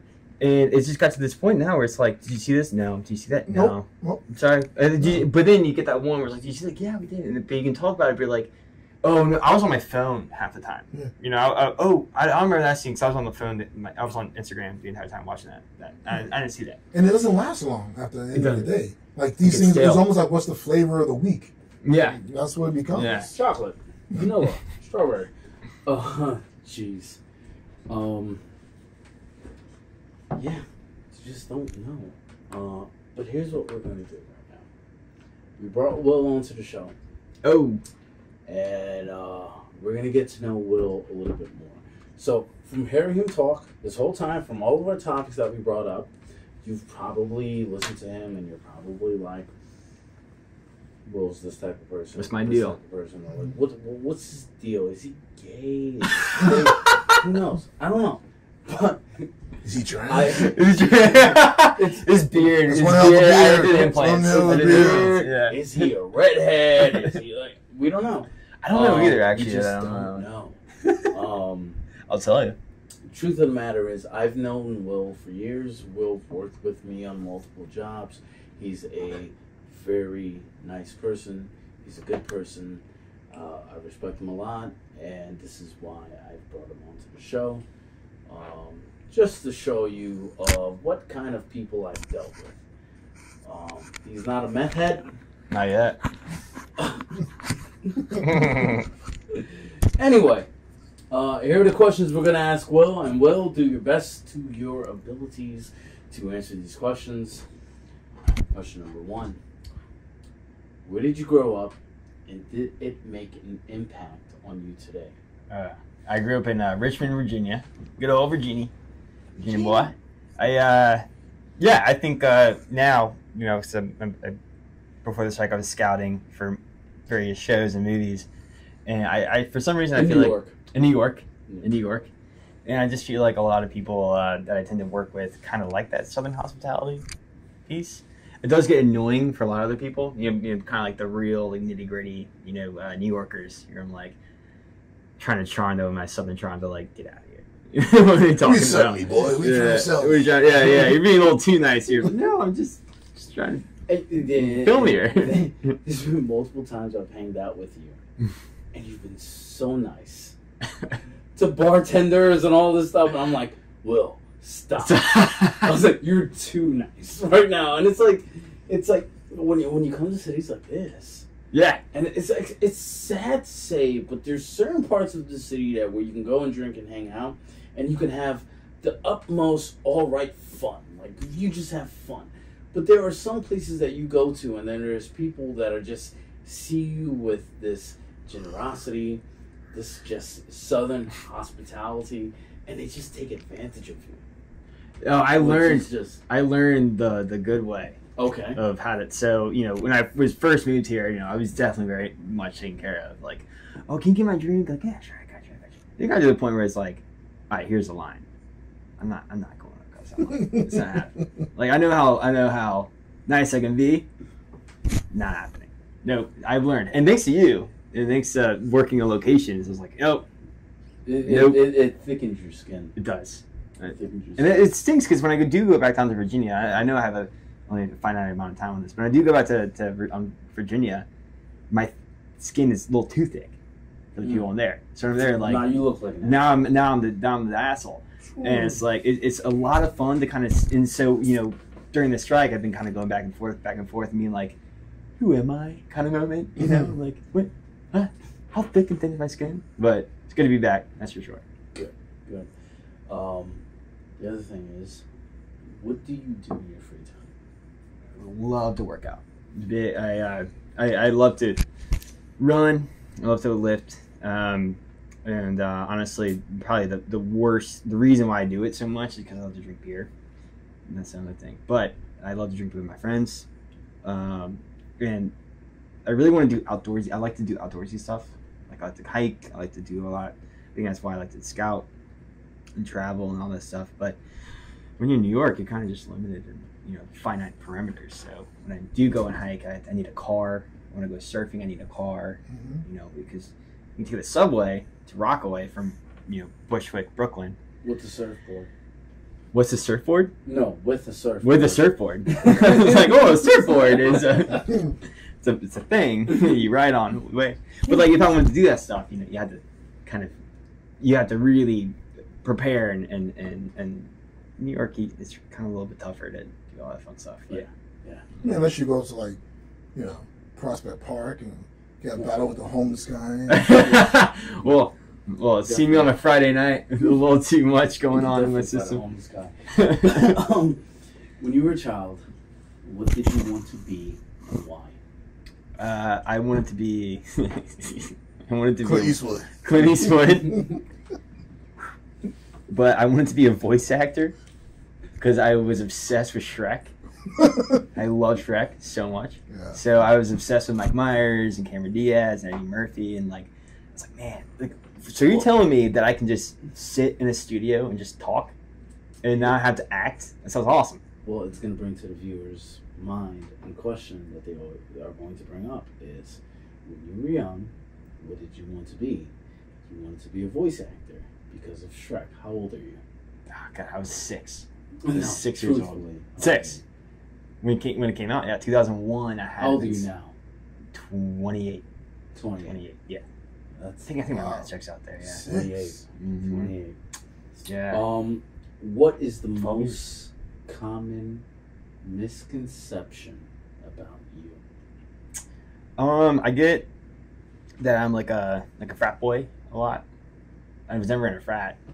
I was in it for like 2 weeks, but people think I like associate myself with all these rootin' tootin' fun people who Soho or Murray Hill and everything. It's like, no, just like do guys stuff, drink beers, watch Sunday football, Just have a fun have a time. fun time, just That's what you genuine wanna good do. Sounds time. like frat stuff, yeah. Just don't True. put it in the butt. What is the greatest compliment you've ever received? Oh, man. I felt it in my belly button. You took it, and you took it well. Oh gosh. It was probably my freshman year of high school. I was just realizing I was good at track and in the 400-meter dash especially, and good enough to actually go from JV almost immediately to varsity. And so it was like a winter practice, so we're all doing sprints, and it was like basically the day before. So Christmas Adam is my dad and I call it, not Christmas Eve, but Christmas Adam. We have a workout, and I'm doing the workout with the sprint coaches, and I'm doing really well. Like I'm up there with the seniors and all this stuff. Mm-hmm. And the coach, his name was Reno Farrell, great man, love him to death. He goes, you're a workhorse. Like that's all you are. You're just a workhorse. And to me at the time, I was like, all I am is a workhorse. No, I'm more than that. What? But like that's resonating. It was like, no, I'd love to. That's what I do. Like, and so that's kind of like been my motto for the rest of my life. Workhorse. That's what you're gonna do. Yeah, of course. I like that. Yeah. That's always a good. It's always a good compliment. Yeah. Depending on where you get it. It If you get it from a woman, then it's like, yeah, we're good. What is the best advice you've ever received? I know we covered compliment, but advice. Yes.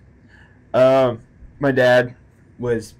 It was the same kind of time period when I was a freshman and really kicking ass, and probably a little too early, because I kind of got a little too my head got a little too big, especially in 9th grade when you're like, your ego is just all out of sorts and when everything. And I lost my first race, and he goes, and I was being a little prick about it, and he goes, you got to take your wins and your losses the same attitude. Now, if you win, you win. Mm-hmm. If you lose, you lose.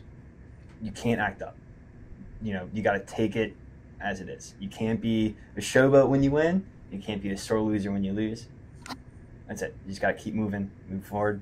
And and to be honest with you, like, that's a really hard piece of advice for me to this day. Like, there are moments where my head does get too big still.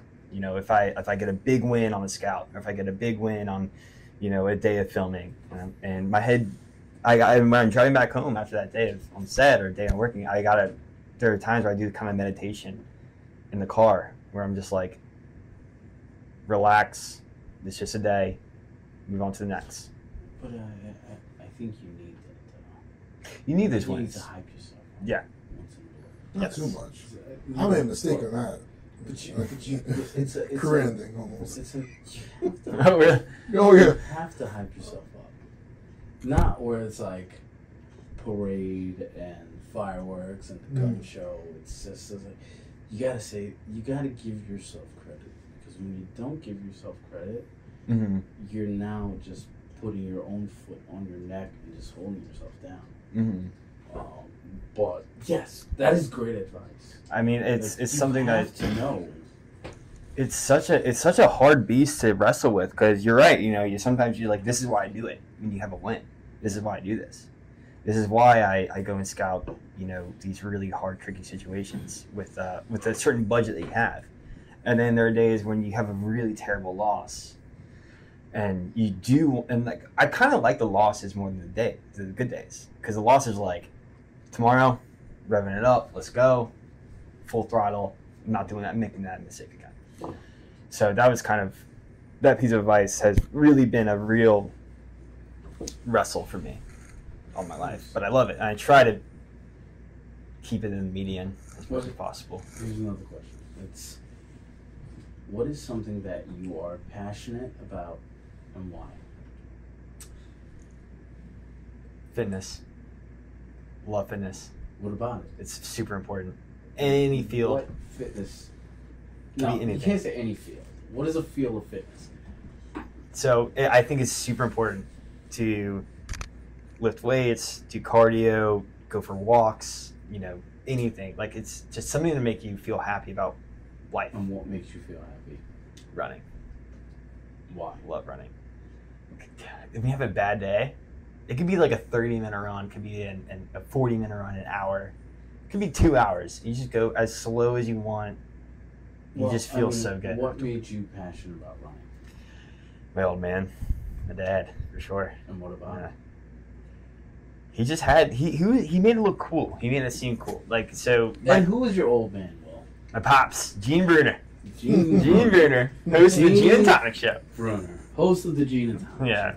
So basically, what he was really good at was bringing the misfits in, who couldn't make it onto the soccer team or the football team. So he brought all the misfits in. And he said, all right, clearly you're not big enough, strong enough, quick enough, don't have a good foot, can't catch balls to make these certain teams. So we'll take you in. And he was one of those guys who just made it fun, like made it cool. Like, it was almost like Motley Crue of like the runners. Yeah. You know, and all the runners on our team were long haired, you know, one had probably a sneaky tattoo, smoked cigarettes, like all this stuff. But he didn't care. He was just like, you do the workout, we win races. I'm gonna put so much respect into your life, into your career. Like, I'm gonna hone down on that. So it was cool because he made running cool in our school. That I didn't mean to rhyme. What school was that? St. Christopher's, down in Richmond, Virginia. Down in Richmond. Yeah. St. Christopher's High School? So it was elementary, middle. Oh, so it was high all school. three. All three. All Yeah, three. it was a private school. I was very fortunate to go because my dad taught there. Yeah.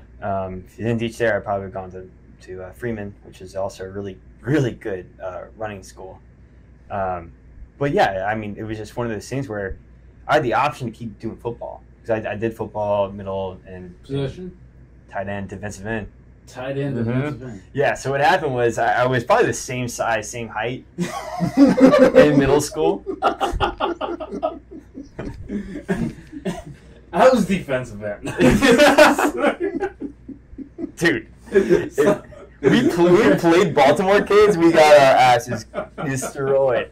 Like, we were this thing, white, you know, just kids just trying to, you know, thought we were great and we just get our asses kicked. But, you know, as soon as I hit like freshman year, all those kids just spiraled in front of me. Bamboo shoots. Bamboo. Yeah. Yeah.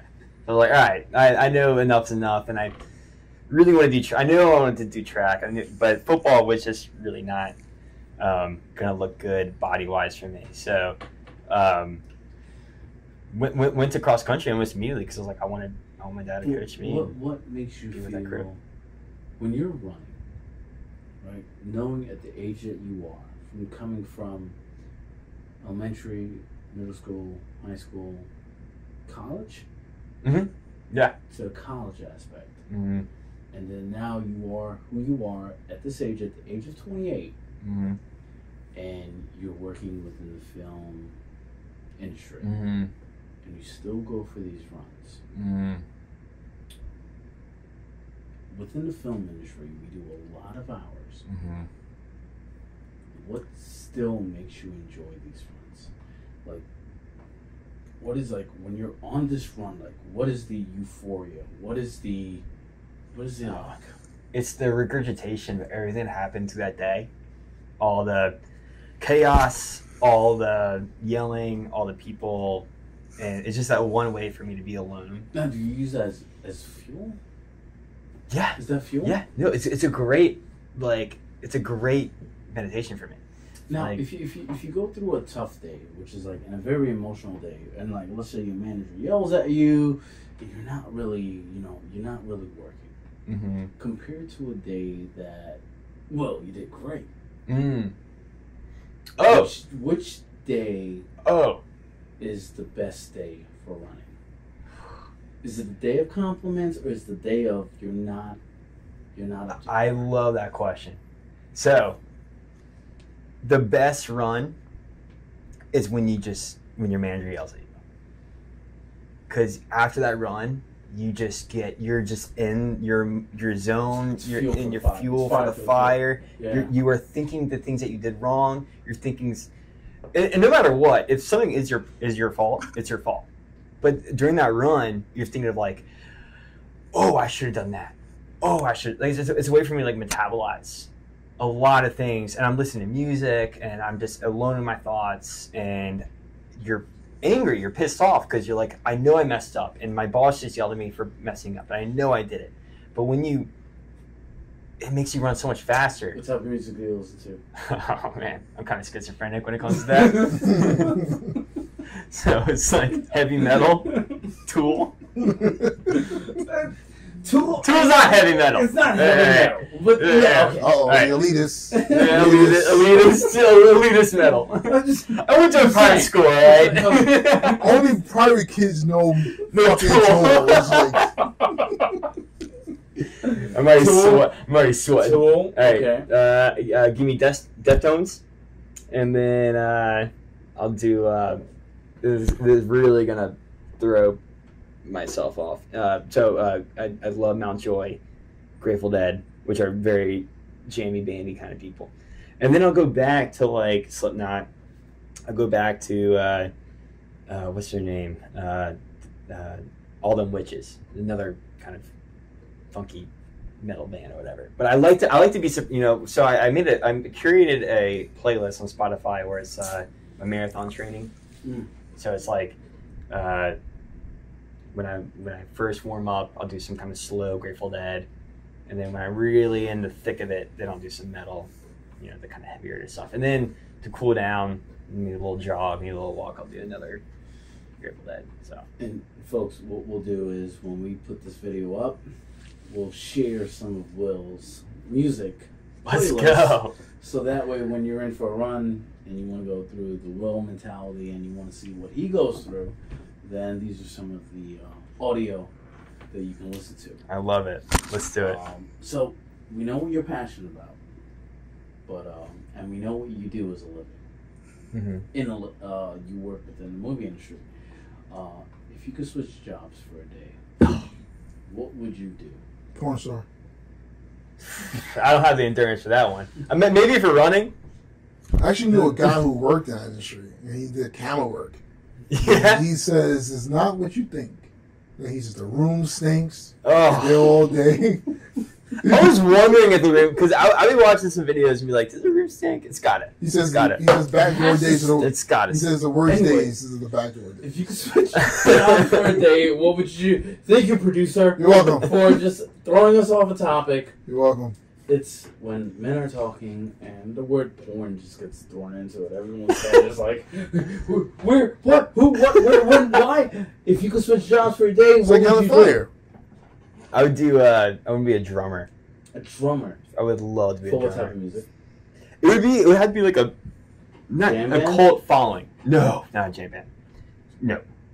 That would suck. Because you have to, You know everything. That's a marathon. that's a marathon. That's a That's a marathon. That would stink, and it's slow, and you gotta figure out what the guitar is doing because they're just improvising, so you have to improvise with them. That's like free jazz. You ever listen to that shit? Yeah, God. yeah.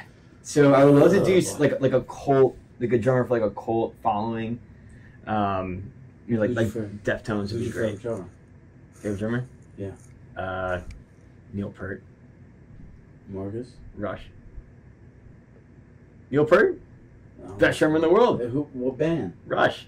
Rush. Yeah, Really? yeah. Best Rush. drummer in the freaking world. God, what's a Rush song? I know Rush. Tom Sawyer. Mm-hmm. Oh It's Tom Sawyer, mean man. I mean, they influence a lot of bands. A lot of bands. Rush. Yes, influenced Tool. Really? Yeah.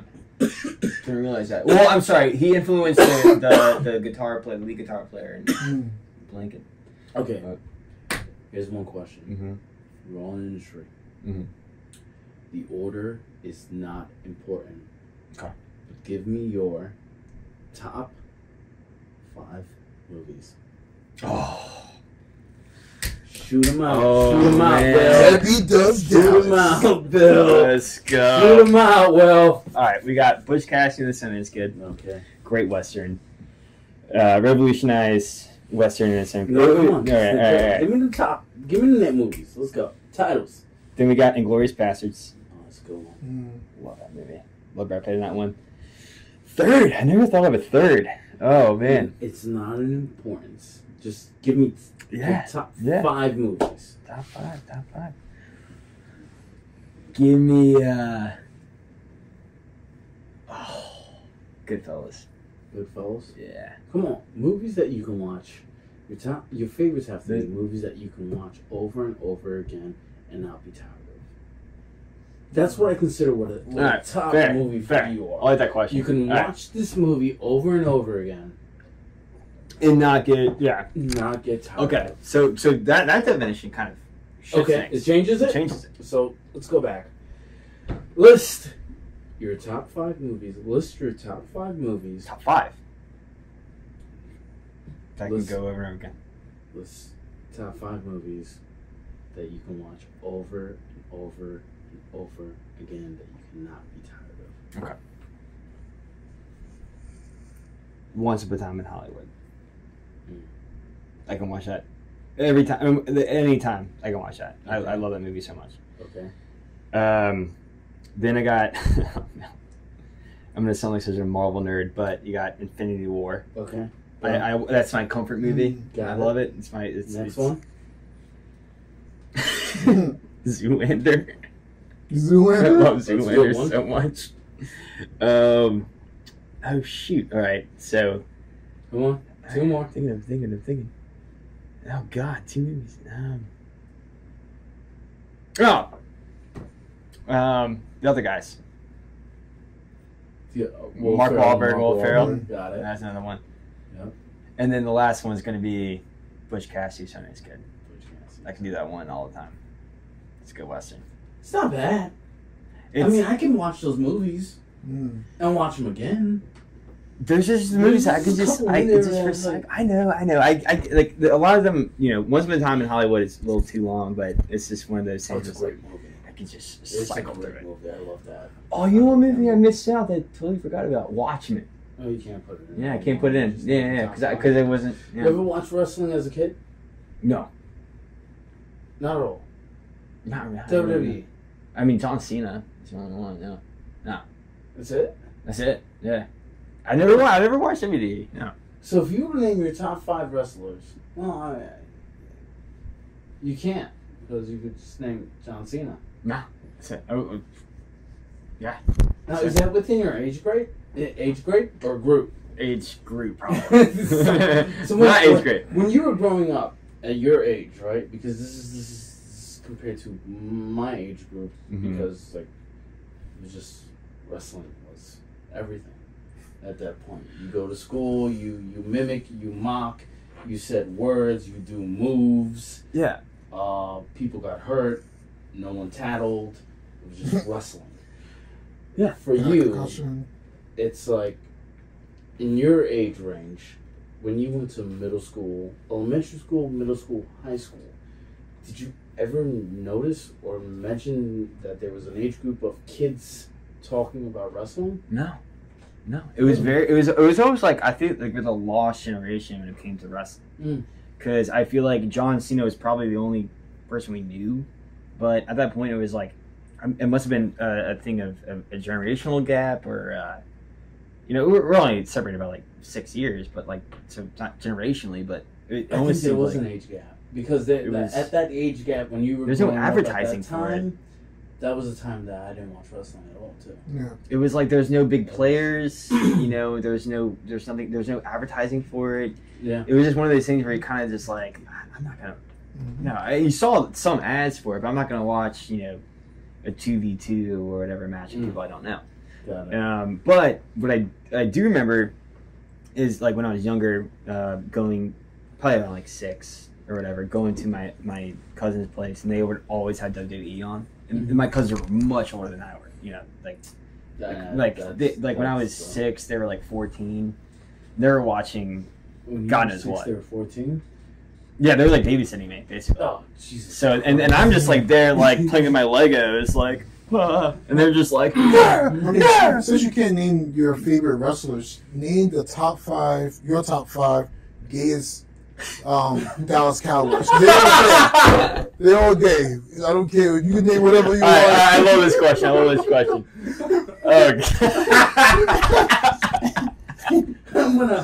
be back. All right. Well, I'm putting Troy Aikman top. Right, like number 1. He's got to be. I mean, he has like. I'll give. I think Zeke's a little sus, but I'm not putting him top 5. He's might be a little sus. Then I'll do. Do you remember DeMarcus Ware? Of course. I mean, he was good. DeMarcus Ware. I mean, at that time it was DeMarcus Ware and I think Aikman was there with him too. No, DeMarcus Ware was. Oh, was it Romo? Yeah, Romo. Yeah. He was a Romo, but he was always in the running with what's his name? Michael Strahan. Like those two were always like every year the sack totals. They were always going at. They're brutal. So yeah, he was good. It's sad because I just feel like because Michael Strahan has like been such a success like in talk show and everything because he does have that charismatic personality. I wish he stood around a little longer, get the second win. It would have been sweet to see him get 2 rings, Yeah. But I mean, by that point when he got that ring, he was already Hall of Fame bound. Yeah. So it was like, yeah. And he's such great things, but it's just I wonder where DeMarcus Ware is nowadays. Probably just sitting on his millions. Yeah. Hopefully. Yeah. I think I mean, I'll go on Michael Irvin. The top 5. Michael Irvin. Can't go wrong, Michael Irvin. I don't like that guy, but Emmitt Smith. Well, of course, Emmitt. You can't. What listens without him? This is insane. I think DeMarcus Ware might be gayer than Emmitt Smith because I think he's like so big that he's. I don't think it's a matter of like who's gay. They're all gay because they're Cowboy fans. Like, oh my God! I hate the Cowboys. Dude, absolutely not. You know what? 40-0, bro. 40-0. That's all I gotta say. We'll edit that one out. We'll bleep it.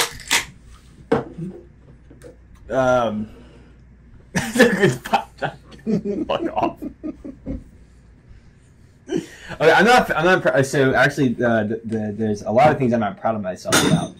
The real big thing I'm not proud of myself about is I actually left the Dallas fandom in about 2016 to join the Bills wagon. Can't do that. Oh, no. I know. Can't do it. Wait.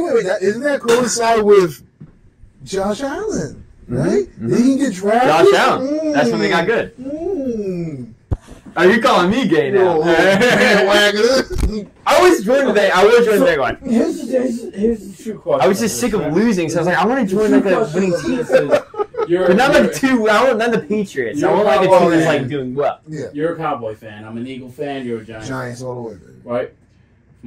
Growing up, you've always been a Cowboy fan. Yeah. And then you changed and went to. I wanted a team. Yes, I wanted a team to root for. I was sick and tired. Just like I was sick and tired of Dallas losing. Okay. They sucked. And so then they got Josh Allen. Are you a true fan then? Will we consider you a true fan? No, I'm a fraud. And you've always been a Giants fan. Yes and no, because I grew up, didn't watch a lot of football all the time, but I actually used to like Denver first because of John Elway. Really? Yeah, I actually had a John Elway doll. Wait, are you John Elway's elbow? Yeah. That's you. That's my fantasy football. That's why. There was a Simpsons episode where Homer. When Homer gets the Denver Broncos, and he was pissed off because that was a loser team, which they were at that time. They weren't winning a lot. Yeah, I remember that episode a lot. I mean, because like LA came in '83, I think it was my year I was born. So '83. '83. Wow. He came in with Dan Marino. I think Montana was in that one too. I think Montana. Dude. And he went to like 2 or 3 Super Bowls, I think, at that time, and he lost all of them. Yeah. And it was always blowouts. So when he won finally back to back, it was like, they got one he'd been waiting for and pushing for. So that's why I kind of was like rooting for him as a kid. I remember. I mean, it comes to the point like I just wanted to root for a team that can win. And I did feel bad because I was like straying away from the Cowboys, and I was like, I feel like I'm cheating. And it was bad. Here's what we got. So every episode, we're going to call out a conspiracy theory. Oh. So, Will, right. You're on one of these episodes. So I'm a notorious conspiracy theorist. So this conspiracy theory is. Ready? Mm-hmm. Health authorities are hiding natural causes. You mean natural cures? Cures. Yeah. Okay. We're going to cut, and we're going to come back, and we're going to say. I know. I kind of like that. It was genuine. It was good. Is it? Yeah. It's genuine because I'm being a fucking idiot, and I'm drinking. It's fine. It's genuine because I'm drinking. It's funny. Yeah. And you can hear the fucking slurring. Yeah. It's funny. Great. So we're not gonna cut. This is gonna be me clapping. And if you're not listening to the audio of this and you're watching me, you're like, why the fuck is this guy clapping? I'm clapping because I'm a dickhead. Because I don't know how to call cures and causes. I don't know how to read those words.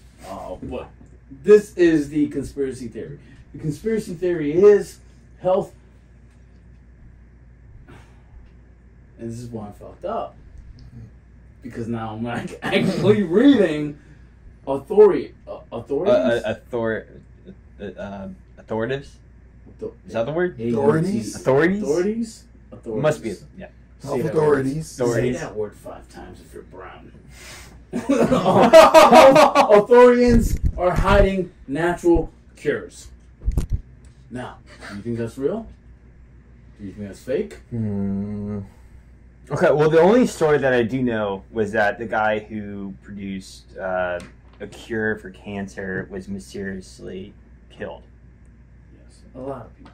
This is what they say. So, but here, I'll read this. It could be that. Conspiracy thinking about health is were widespread.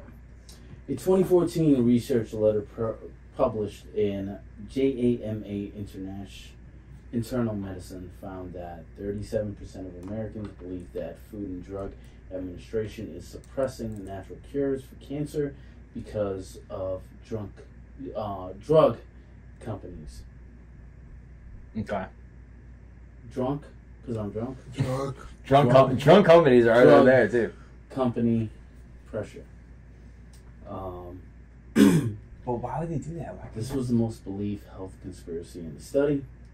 20% also said they believe public health officials to be hiding data showing that cell phone causing cancer.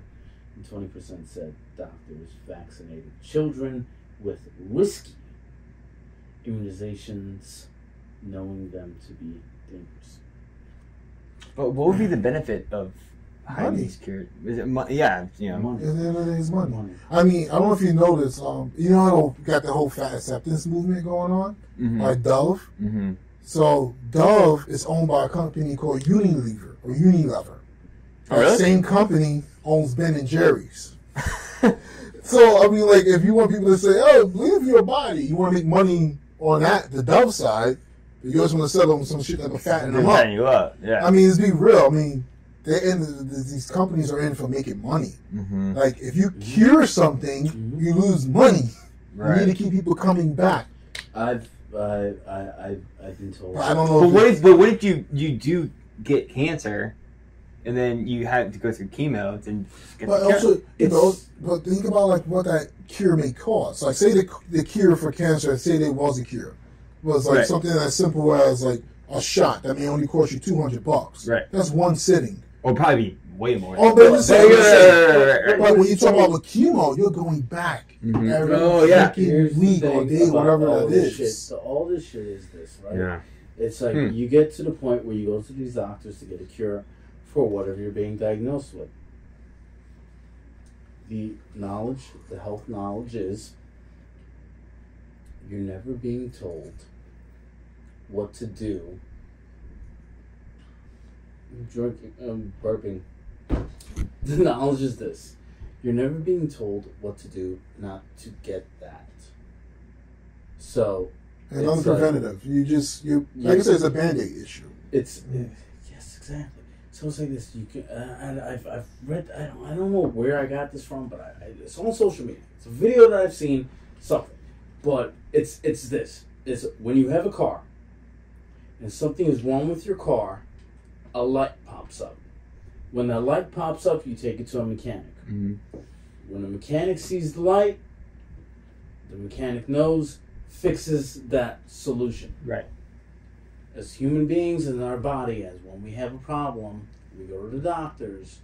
The doctor doesn't fix that solution. No. The doctor gives you, what was that key word?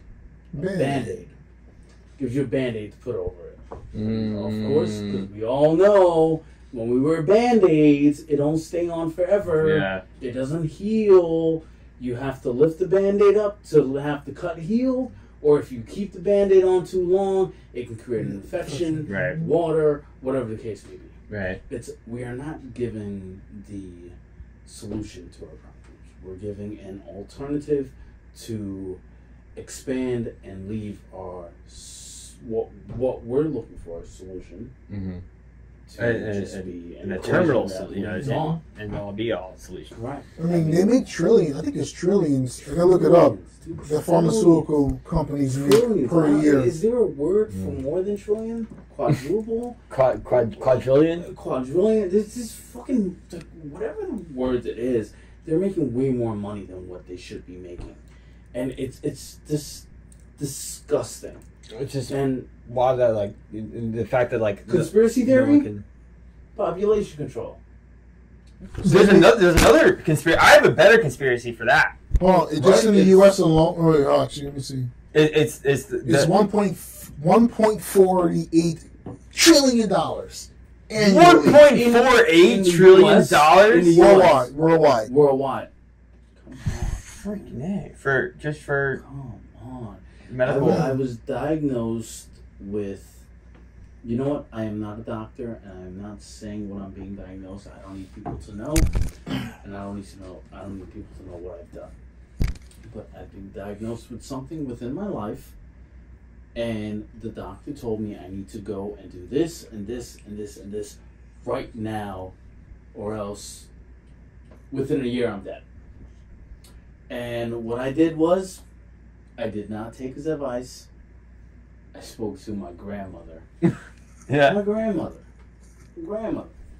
To me, the oldest and only person I've known that I can trust. And she told me natural remedies and things to do and what to do with my body, and I've done it. And honestly, I've never felt as best as I can be. Well, like, hey, you know what they say? Like, mom's always right, but mom's always right. You know? I mean, that's not to say that. I mean, just as a disclaimer, we're not saying that doctors don't know what the hell they're No, talking about. we're not saying that at all. But I do That's think. fair. I mean, Yes. there But are I certain do things think that you're there's, diagnosed with, and there are certain things that you're being told what is happening. Well, I do. Like one thing I noticed, like even with my mom, I lost her in 2016, stomach cancer. I mean, that's tough regardless. Cancer is always going to be one of the toughest things. Mm-hmm. But one thing I did notice when I used to go to the hospital to visit her, even before she got really terminal, that when in my neighborhood, everyone goes to the same doctor, right? Mm-hmm. And these people are usually very much overweight. My mom wasn't an overweight woman, but the people around her usually were. Mm-hmm. And they all would walk around with these walkers. Mm. And now I'm going to let you know, when these people are walking into these hospitals, they're walking upright. Yeah, they're struggling. but they're walking upright. The doctor gives them a walker. Right. Now they hunched over and they're walking and gaining more weight and gaining more weight. Nobody in the freaking hospital is telling them, maybe you should lose a little weight, pal. Yeah. Rather, what they do is like that's that Band-Aid thing. You can't walk, so let me break your fucking legs and put braces on you. When you go to the doctor, and you tell them something is wrong with you know what happens next? Your doctor gives you a cure. Right. But your doctor does not want to ask you certain questions. How's your diet? Nope. What do you eat? That's not true. I know I've plenty of doctors ask me like what I eat. Yeah. How much. I mean, is that a private doctor you go to? Like, what's like a city MD? Like some doctors may do that, but like in general, most doctors don't. It's for me. I went to a doctor. He never asked me what I ate. Really? No.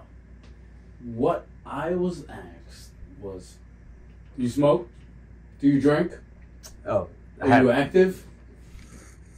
And then, okay, this is what you got. That's what I was asked.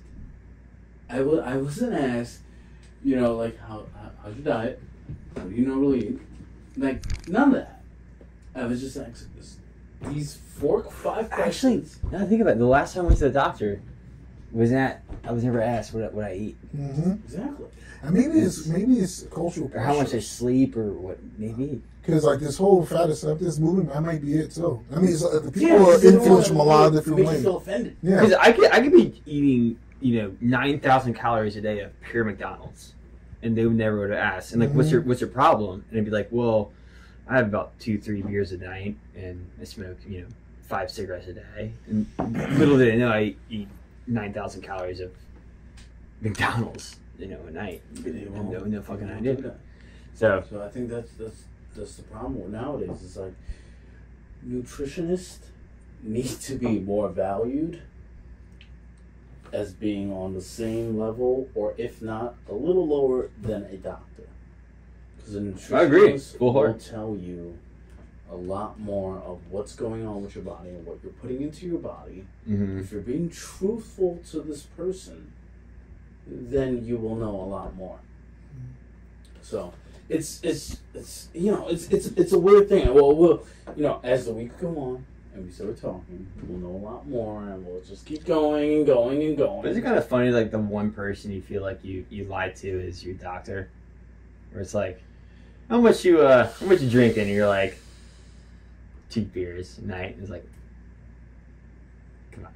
Do you? Do you drink 2 beers a night? Here we go. Here's a clip of the week that Will sent us. Yes. So basically, this is. I don't know how to work. Okay, we're gonna go to this. There we go. We put the volume up. All right. Speaking of healthcare. And there we go. So a full-service bar that was set up at a homeless encampment. CBS Colorado investigator Brian Moss has also been looking into this unusual situation. On social media this week, Denver police say they're looking into reports of a full-service bar that was set up at a homeless encampment. CBS Colorado investigator Brian Moss has also been looking into this unusual situation. Would you guys go to this bar? It's a homeless bar. Homeless bar. Homeless. They have a license. That has liquor with a license. Yeah. How do they get the liquor? They steal it? Likely. I didn't do too much. Intel. But the question is, what is the cost for a drink? But is this the greatest thing? It's probably just Smirnoff. If it's like unopened, you just take it. Give them $2 for a shot. But here's the thing, right? Do you know the demons that are within a homeless person that once they get drunk, that gets unleashed? But they're not drinking. They're serving you? They're serving you. But you haven't researched this, so how do you know that? I don't know. But the question, okay. I beg the question, would you go to a homeless bar? Okay, yes, correct. It's a homeless bar ran by homeless people that are not drinking, that are serving you alcohol within the density of a homeless shelter of tents. Would you do it? No. But have you been to Denver, Colorado? Dude, these These homeless tents are set up almost as if it's like they're getting ready for Bonnaroo, but in the most like organized way. These guys, like these homeless guys, they are set up. They're organized. They're ready to go. Okay, let's go to the next clip. This is the New York City panty snatcher. What a freak! Is that straight out of the dryer? Just go to a bar and pick up a girl. No. He goes into the drying machines and he takes out panties. This was nice of him to put it back. Where's the? I seriously thought when I saw it he was just gonna leave the clothes on the floor, but yes, he does put it back. Oh, let me see. Yeah, but still. No, in the bathroom. Caught your boy. Why is that a bathroom? You caught in a bathroom?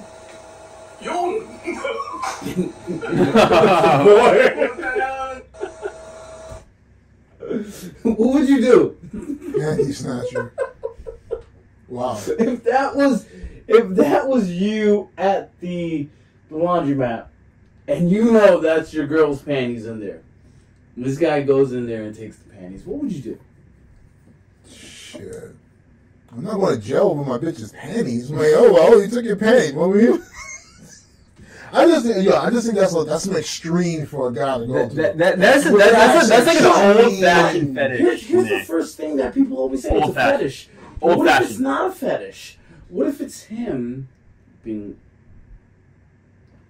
let's just say, using his brain in a way, in a certain capacity of taking these panties and selling them online? They do that in Japan. But that could be this guy. No, but did he smell the clip? No. Here's the thing. He smelled it in the clip. No, he didn't smell it in the clip. He was just taking the panties out. Here's the thing. If you can, right, hide yourself by having these panties and selling them online for about $50 to $100 a panty. Who's gonna buy used panties? There are sick people out here. What? Who? They have you can learn that in you're Japan. selling $50 to $100 per panty. Would you be going out? I would just buy a pair of panties for $20 and then sell them. I'm not going and sniffing around at a laundromat. You tend to get caught. Here's the thing: these guys may know what a used panty and a new panty smells. Oh, easy! I would just put them on. All right, here's a bigger question though. There's a bulge in my panty crotch. This guy, they got him on camera. Hey, they even say they have a bulge. They got this guy on the camera and still in those panties, right? Now let's just say, just for the sake of argument, if the guy had like a track record, like a rep sheet. Yeah. Now that's like his final offense. Now they want to send him to jail. Yeah. Like, well, people you ask people what you did. Like, oh, I killed somebody. I robbed a bank. I stole some panties. That dude's gonna be the bottom bitch It's so for the rest weird. of the week. Like, yeah. What extremes you need to go to feed your fetish? Like, I mean, at least they were fresh. Good for him. He got them clean. I mean, but it could be a fetish, but it's weird. I don't think he's selling it. It's a fetish. It has. I think it's a fetish. To go that far, Yeah. it's a fetish. Yeah. 100%. Well, it could be a fetish. It could be whatever it calls.